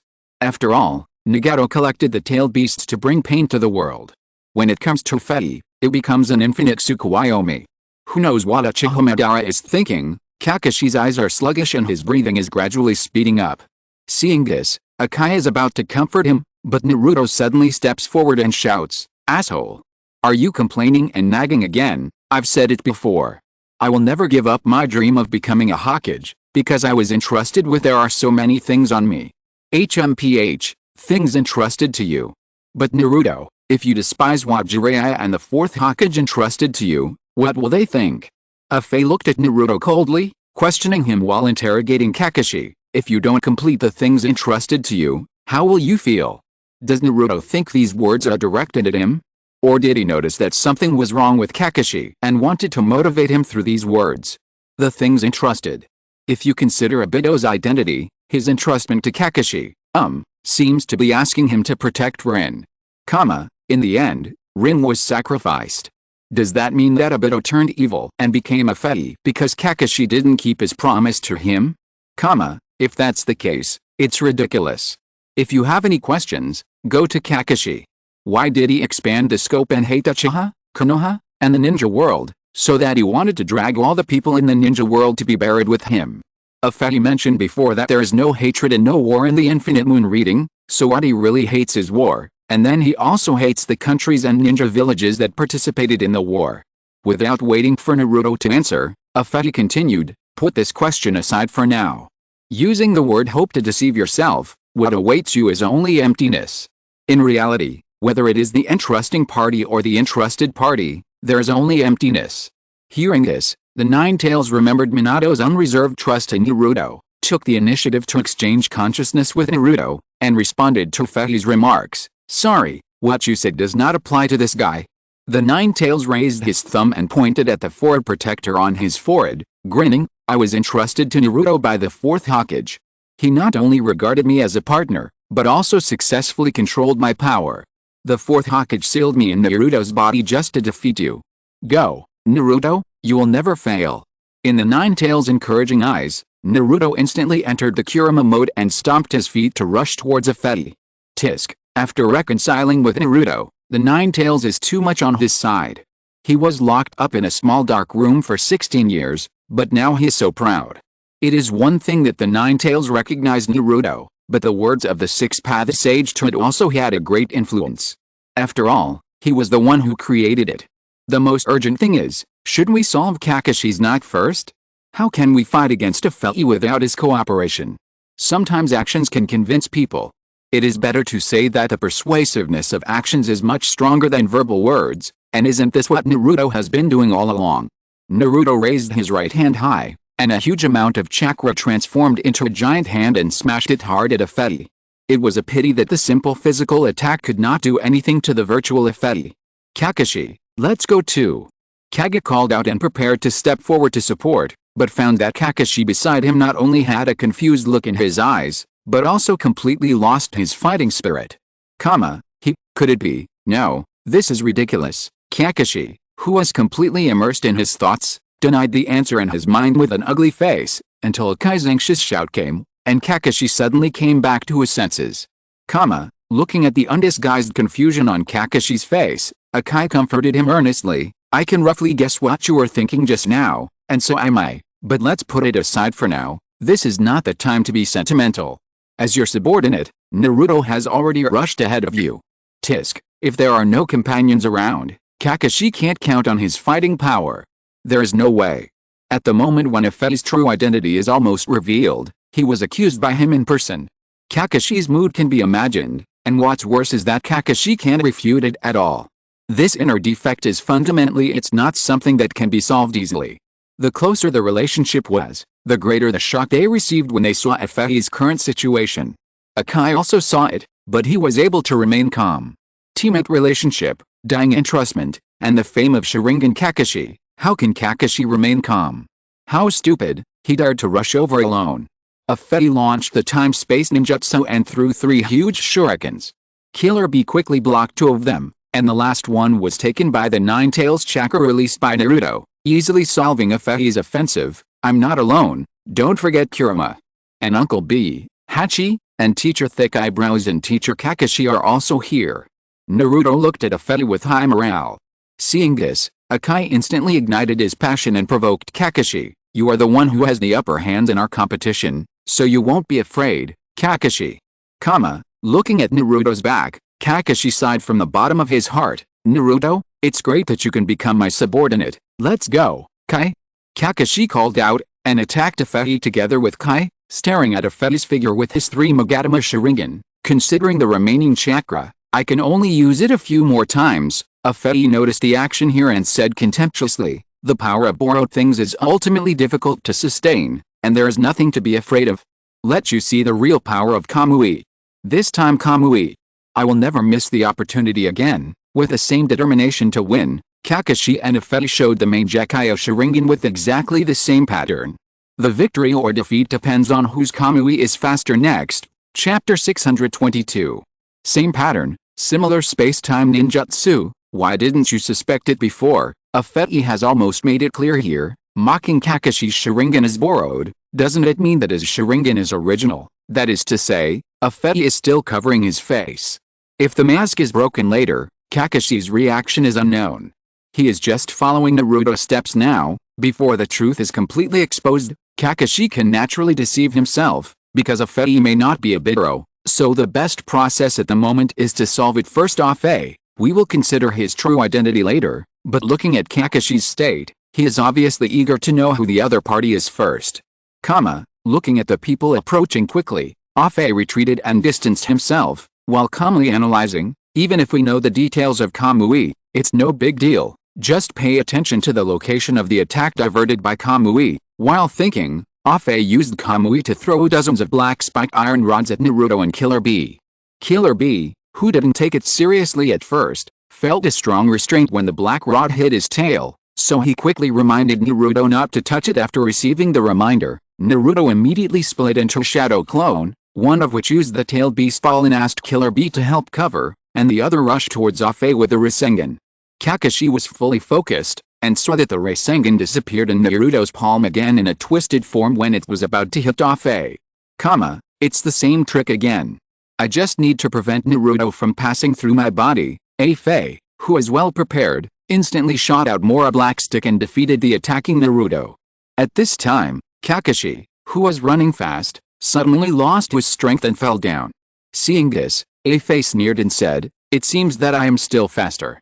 Kakashi, not only did you fail to transfer the Rasengan, but you also wasted a Kamui. When the opponent already knows the attack arrangement of whose side, he still executes this plan in front of Afei so carelessly. This is not like Kakashi's tactical level, it's almost a clear situation. I thought so too, so they should have made other arrangements. According to Naruto's previous habits, perhaps there are shadow clones lying on the ground. The key to this round of offensive lies in Kakashi. Is he pretending to fall down here? Didn't he just say that he could use Kamui a few more times? It's not over yet. Tailed beast ball. Another Naruto who was waiting on the ground fired a giant tailed beast ball. Fei relied on his hollow transformation and did not dodge or evade, allowing the tailed beast ball to swallow him. Just when Fei thought that Naruto and others had done another useless work, he unexpectedly saw Naruto, who also appeared here in the Kamui space, rushing over with a Rasengan in his hand. You are Uzumaki Naruto. Accompanied by Naruto's roar, Afei instantly figured out what Kakashi had just done. It was not the Rasengan that was transferred by Kamui, but Naruto's entire shadow clone. However, it was no use to figure this out at this time. Naruto rushed in front of Afei and hit the opponent's mask with a Rasengan in his hand. Who are you? What's the use of Naruto's hair-tailed beast ball? It's just a waste of chakra. Are you hoping that this super powerful blow will affect the space-time ninjutsu of Fei? If the space-time ninjutsu can be cracked so easily, the legend of the fourth Hokage would not be circulating in the ninja world until now. Hey! There is an Naruto in the space connected to the Kamui. Oh. I see. This is what Kakashi sent in with Kamui just now. Indeed. Instead of calculating the attack position and the part of Fei's body that was transferred to the space-time, it's better to just send a person in. Hit. The mask broke. Although I want to tell Naruto that hitting other positions may end a battle directly, but damn. I still want to know if it's Obito. As the mask shattered, the scene changed, and the young Obito appeared on the sky, and a silent image of life began to be projected. I was late for the entrance ceremony, but I survived with Lin's help. I almost missed the second round of the Chunin exam because I was trying to take the disabled old lady to the hospital. I was eager to show off in front of Lin, but the candy given by the old lady choked my throat. Then he was knocked down by Kai and the exam ended. After the game, in order to save face, when Lin was applying medicine to him, he pretended to be calm and pointed out his Uchiha identity and his dream of becoming Hokage. He trained hard, and met Kai again in the third round of the Chunin exam, but was defeated. After that, he looked at Lin looking at Kakashi with longing, and looked depressed. After becoming a Chunin, he received Lin's secret invitation and made up his mind to confess, but was told that this was a plan prepared by his companions in the same period to celebrate Kakashi's becoming a Jonin. Kakashi's first mission after becoming a Jonin, the gift given to him by the Jonin, the people who died in battle, and the two Sharingan heroes, it's inevitable, the story of Obito suddenly appears at this time. So, it's because Kakashi didn't protect Rin. Because of this guy went from being an upright boy who would take his grandmother to the hospital to the psychopath who wants to destroy the world now. Maybe it seems like a joke to others, but if you look closely at the pictures on the sky screen, this guy has been around Rin almost since he was a child. Knowing that Kakashi didn't protect Rin, it's like the sky has fallen for him. But this is not a reason for him to destroy the world. If you have anything to do, go find Kakashi. It has nothing to do with us. By the way, have you forgotten Uchiha Madara? Who knows what role Uchiha Madara played in this? You mean, Obito was brainwashed by Uchiha Madara? Maybe, otherwise it's hard to explain why his personality is so split before and after. Is there something wrong with the memories here? I remember that issue of Laulin's Sky Curtain. Didn't Kakashi's ninja registration form say that he became a Chunin at the age of 6? Obviously, he was more than 6 years old here. Chapter 623. Need I say more? A parallel world. Unwilling to believe the reality, Kakashi widened his eyes and looked at the cold, familiar yet strange face opposite him. You are Obito. Is it really Obito? Isn't he dead? Kakashi, who was supporting Kakashi, couldn't hide his shock. Although they hadn't seen each other for more than 10 years, Kakashi saw the shadow of Obito in the past from his face at a glance. Yes, it's Uchiha Obito, call me whatever you want. It doesn't mean anything to me anyway. Obito pointed at Kakashi and smiled mockingly. Hearing this, Kakashi remembered the mission when Obito died, and his voice trembled. You were not there at that time. So you're still alive. Looking at Kakashi's shaken expression, Naruto learned Obito's identity from Kai, and Kakashi was completely immersed in the reality that he was Obito, and couldn't help asking, since you survived, why did you wait until now? My life and death are no longer important, but, anyway. If you must ask, it's all because shadows covered the wrinkled right half of his face, and Obito answered expressionlessly, you didn't save Lin, right? The right half of his face is disfigured. It's impossible for him to be unscathed by such a huge rock. In fact, I find it incredible that he can survive. I can vaguely see the shadow of Obito, but his face has completely changed. He doesn't look as innocent as he was in his youth. He looks cold. Hey, Obito's mood is calmer now than before the mask was taken off. Does he mean that he has no interest in Kakashi anymore? He left Rin to die. It seems that the situation is more serious than I thought. Tisk, who killed that person? Little girl, this is the fuse of the Fourth Ninja World War. Finally the day has come when the truth is revealed, but it doesn't matter anymore. Obito took off the mask on his face and looked at Kakashi, who was hit hard on the sky, with a cold look. He said to himself, the failed infinite Tsukuyomi plan will be compensated by the limited Tsukuyomi. If you can't create a world with Rin, send me to a world with Rin. Kakashi looked at his hands and trembled violently. He seemed to have returned to the state when the war just ended. At this time, he had the urge to run and wash his hands. Kakashi, calm down. Kai pressed Kakashi's shoulders and opened his mouth but didn't know how to comfort him. Although they were close companions, to be honest, the people present at this time were completely unaware of the inside story of Rin's sacrifice, so they couldn't judge what Obito said about Kakashi's failure to save Rin. Therefore, after looking at each other, they could only remain silent and let Kakashi adjust his emotions by himself. while focusing part of their attention on the sky curtain waiting for the follow-up. To be honest, although it has been exposed, it is still hard to believe that Ifehi is Obito. Is there no one else in Konoha that he cares about except Rin? Kakashi can be said to be disliked by Obito because he violated the agreement, but what about others? At least the relationship between the fourth Hokage Minato Namikaze and him should not be very bad, but he actually caused the Nine Tails Rebellion and killed the fourth Hokage and his wife, leaving Naruto an orphan. I suddenly remembered that even Nagato, who destroyed Konoha, could be forgiven by Naruto, so what about Obito who killed his parents? Can Naruto forgive him like he forgave Nagato? I feel it is possible to forgive. After all, if Naruto wants to take revenge on Obito, wouldn't Jiraiya's dream become completely empty talk, and even Nagato's sacrifice becomes a joke? Let's not talk about the Naruto on the dome who has experienced many things, let's talk about the real Naruto.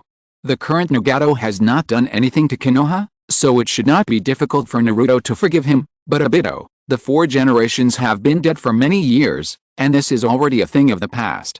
It depends on how much Naruto understands Jiraiya's dream now. Don't forget that Jiraiya hasn't sacrificed himself yet. Looking at Naruto's livid face, Jiraiya also showed an ugly expression. It would be better if he didn't mention it, but after being said by the barrage, his dream really tied Naruto tightly like a shackle, and the identity of the child of prophecy was no longer an honor, but an indelible curse, forcing Naruto to, even if a person is full of hatred, he is not allowed to take any revenge. Thinking of this, Jiraiya pressed Naruto's shoulder and said very seriously, Naruto, from now on, don't think about my affairs, make decisions according to your own heart. I am your master, and I can't build my ideals on your pain, but please remember that if I think your choice is wrong, I will also stop you, just like I did to Nagato. Lecherous immortal. Naruto's expression was angry and confused. After listening to Jiraiya's words, he hugged his knees and buried his head deeply in them. Seeing this, Jiraiya said no more, patted his shoulder, and put his attention back on the sky. In the Pure Land, Kushina, who was also hit hard, made the same action as Naruto. She was in a state of doubting her life, and kept muttering in her mouth. How could it be? Why is it like this? Why did Obito? Why? Inside the belly of the god of death, Minato's expression changed from shock to anger, and finally turned completely into sadness. So, it's you, Obito. Why? Didn't we agree to become Hokage together? Because of Lin's death. You completely denied everything. Lin. Would she like to see you like this? Obito. As soon as these words came out, Kakashi suddenly broke out in a lot of cold sweat. Looking at his horrified expression, Obito laughed and said calmly, don't panic, and don't show that expression, Kakashi. Aren't you scolding me? Kakashi's face turned pale, and he couldn't help asking. Obito closed his eyes and answered indifferently, at this point, what's the point of pursuing these unbearable realities? I have no interest in this world that is about to disappear. Chapter 624. Hearing this, Kakashi was speechless. Seeing his depressed look, Naruto and Kai hurriedly encouraged him to cheer up. However, Kakashi showed no sign of cheering up and just stood there with his head down. On the contrary, Obito attacked without hesitation. There is nothing to say to you. You are bound by reality and then die. Fire style, storm dance. Obito spewed out flames from his mouth, and under the twisting of Kamui, he formed a spiral attack and attacked Kakashi and Kai. Fortunately, Naruto blocked the attack in time. Sure enough, once Obito's true identity was exposed, Kakashi immediately lost his fighting spirit. How should we fight next? Apart from knowing that the opponent is Obito, the current situation has not only not improved, but has become a little worse. It's difficult. Even if Kakashi's mentality is fine, with his remaining chakra, how many attacks can he launch with Naruto and others? Think carefully, is there no other help in the ninja world? The 5 Kage are basically hopeless. There are some other, jounin with the same level as Kakashi, but they don't know Kamui, so the help they can provide is discounted. Besides, we don't know where they are now. By the way, have you forgotten someone, also from Uchiha, who is regarded as a nemesis by Naruto, Sasuke? Sasuke should still be there, but although Itachi had counseled him before leaving, are you sure he can put aside his hatred for Konoha and join forces with Naruto to fight the enemy? I almost forgot about this. Maybe Sasuke will even stand on the enemy's side. It shouldn't be the case. Normal people won't accept the plan of infinite Tsukuyomi that makes all mankind dream together. Sasuke is currently a pure avenger, although there are signs that he is expanding the scope of his anger. From a more distant future, Sasuke should stand on the side of the coalition in the end. Otherwise, even for Naruto's sake, there is no reason to let him walk around the ninja world. After his true identity was exposed, Obito became even more ruthless. This is a combination of fire escape in time and space. This combination is also rare. Suddenly, something fell beside Obito and made a loud bang.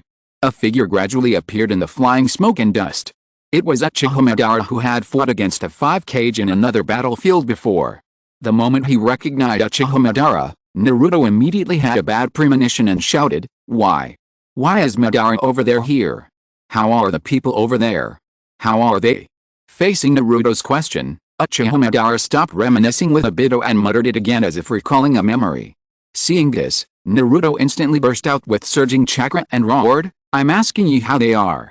Well, I'm afraid they shouldn't be safe and sound." Along with Uchiha Madara's answer, the scene of the 5 bleeding and falling unconscious appeared, and it was difficult to tell whether they were dead or alive. Fortunately, at this time, Tsunade slowly regained consciousness, raised her hand with difficulty to summon the slug, and then asked the slug to bring the other 4 who were only breathing their last breath to her for treatment, regardless of the fact that her upper and lower bodies were broken by the giant tree. Oh no! Uchiha Madara appeared. Have the 5 been dealt with? If the battles on both sides were fought at the same time, then Uchiha Madara didn't spend much time at all. Based on the state of the 5 before, it really wouldn't take Uchiha Madara much time to deal with them. Hiss. They're all lying down. Are they all dead? Woo woo woo, damn it. That Sasuke tried so hard, but he still couldn't stop Uchiha Madara. Tsunade is still conscious. The other 4 can still be saved? Fortunately, bullshit. Shit. Tsunade is not dead yet. I think Uchiha Madara is still conscious. The other 4 can still be saved? Fortunately, bullshit. Shit. Tsunade is not dead yet. I think Uchiha Madara is still conscious. The other 4 can still be saved? Fortunately, bullshit. Shit. Tsunade is not dead yet. Uchiha Madara should take back what he said about Tsunade. This vitality. It's not worse than the first Hokage, right? No. Her body was crushed. Even if the other 4 were saved, she would definitely die. Although I failed to stop Uchiha Madara, I was able to see the selflessness and cooperation of the 5 in this battle, which was worth the money. Tsunade covered her forehead. No matter how much I say, she still looks so embarrassed that I can't bear to look at her.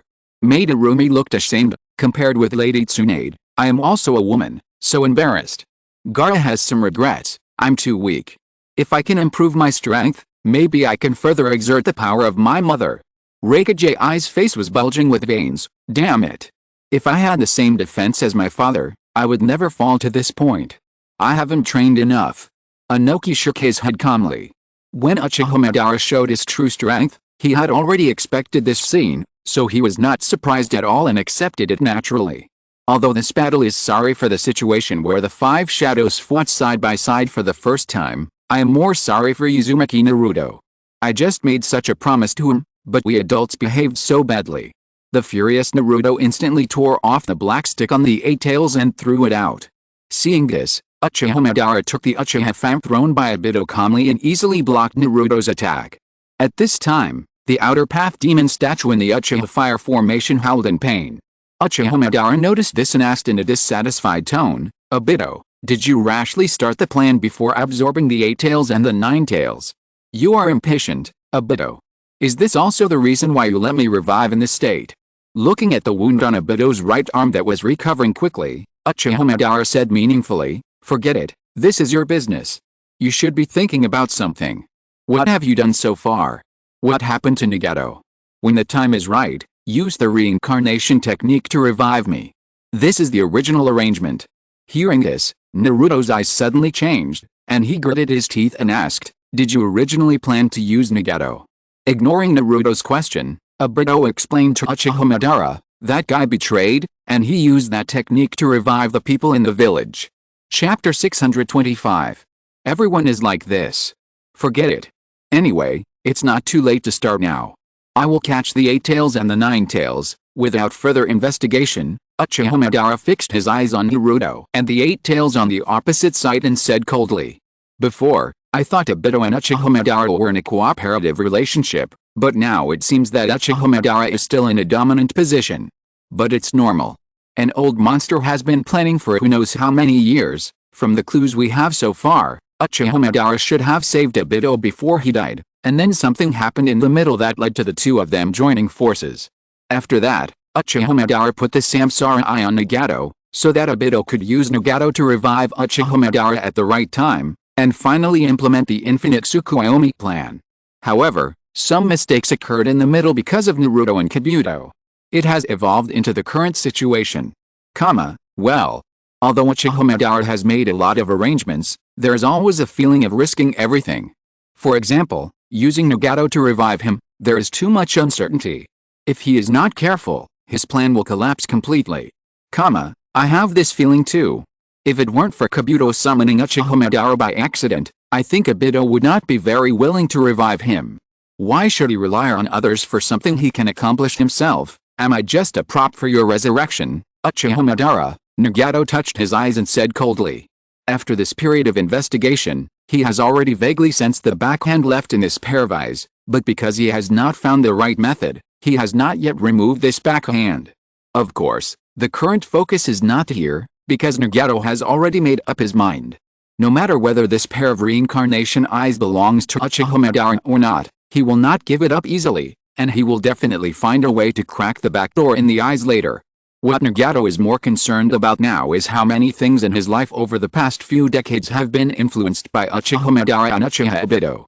For example, the night he thought he activated the power of the Rinnegan, which was the night his parents died, was he also influenced by Uchiha Madara? Thinking of this, Nagato's heart felt as heavy as a big stone. After finally recovering, Naruto saw the figure of Uchiha Madara on the sky, gritted his teeth and asked word by word, "Why are there such bad people? They can use whoever they want to use and hurt whoever they want. Just for their bullshit plan. Don't mention whether Uchiha Madara's plan is reliable, but the layout of that kind of person will really make people fall into the trap without knowing it." Jiraiya's expression was serious. He really didn't expect that the disciple he had placed high hopes on seemed to be a pawn of these two Uchiha from beginning to end. It was Naruto's sudden appearance that made Nagato realize his mistake, otherwise the situation might have developed into a worse situation. "Don't mess with a dead man." Naruto roared and rushed over to shoot a many-tailed beast ball. Uchiha Madara raised the Uchiha fan and easily blocked the attack. Then, when Naruto was wondering why the tailed beast ball did not explode, he gently pushed the Uchiha fan towards Naruto. Uchiha rebound. Instantly, the Uchiha fan blasted out a violent shock wave that defeated Naruto's shadow clone, and then Uchiha Madara calmly ordered, "I'll take care of the 8 tails and the 9 tails, Obito, the others are in your hands." As he said that, Uchiha Madara jumped up and rushed towards Naruto and the 8 tails. Although reason told him that he must always pay attention to Uchiha Madara's actions, Kakashi could not take his eyes off Obito's face, and could not help but continue to ask, "Obito, what on earth have you been through? Why did you go along with that guy? Wow. What is this fan in Uchiha Madara's hand?" It blocked Naruto's tailed beast ball so easily. Obviously, this is also one of the real strengths of Uchiha. Seriously, it was already difficult to deal with Obito alone, and now there's Uchiha Madara, there's really no way to fight. At this time, even if all other battlefields end the battle and rush here, I feel that the coalition has little hope. If Uchiha Madara throws a few more meteorites, the coalition will basically be finished. How did this war win? The opponent has 7-tailed beasts and the original body of the 10 tails, plus 2 incredibly powerful Uchiha, and the coalition, to put it bluntly, has only a few combat forces to show off. So how did the ninja world on the sky move towards a more distant future? I originally thought that with Naruto's own talent and various external help, his prophecy the identity of the son of the king is just like that, and I can do it, but now, this almost unsolvable situation can only be overcome by a miracle. If Kakashi doesn't understand Obito's situation, he really can't continue to take action, but the problem is that Obito doesn't seem to plan to say anything. It seems that Naruto still needs to persuade him. In silence, memories of the past involuntarily emerged from Obito's mind. I am dead. In a dark environment, the young boy Obito, who opened his only remaining right eye and whose right half was wrapped in bandages, asked blankly, "Where is this, the gap between life and death?" The child of the Uchiha clan, the white-haired old man with wrinkles on his face, who looked old and frail, and seemed to be dying at any time, looked at Obito lying on the bed with a cold Sharingan in his left eye, and answered without any emotion in his voice. Noticing the old man's Sharingan, Obito, who regained consciousness, naturally relaxed his mood. While observing the surrounding environment, he talked to himself, thinking about what the old man meant by the gap between life and death, and jokingly guessed that the old man was the god of death who sent people to hell. Hey! The past scene appeared directly. Is the truth coming out? Well, although Obito's injury looks serious, I'm still more curious about why he wasn't crushed to death. Uchiha Madara. How did he survive and become so old? However, this sense of relaxation disappeared the moment he saw the sickle that Uchiha Madara was leaning on. Obito screamed like a pig being slaughtered, and then cried and said that although he was a little naughty, as an upright boy who took helping the elderly in need as his life principle, he should not be punished like this. End of this chapter. Thank you very much for reaching the end. Don't forget to like. Looking for more exclusive content and immediate access? Subscribe to our Patreon. Remember, every like, subscription, or donation encourages us to continue. Thanks to everyone. See you in the next video.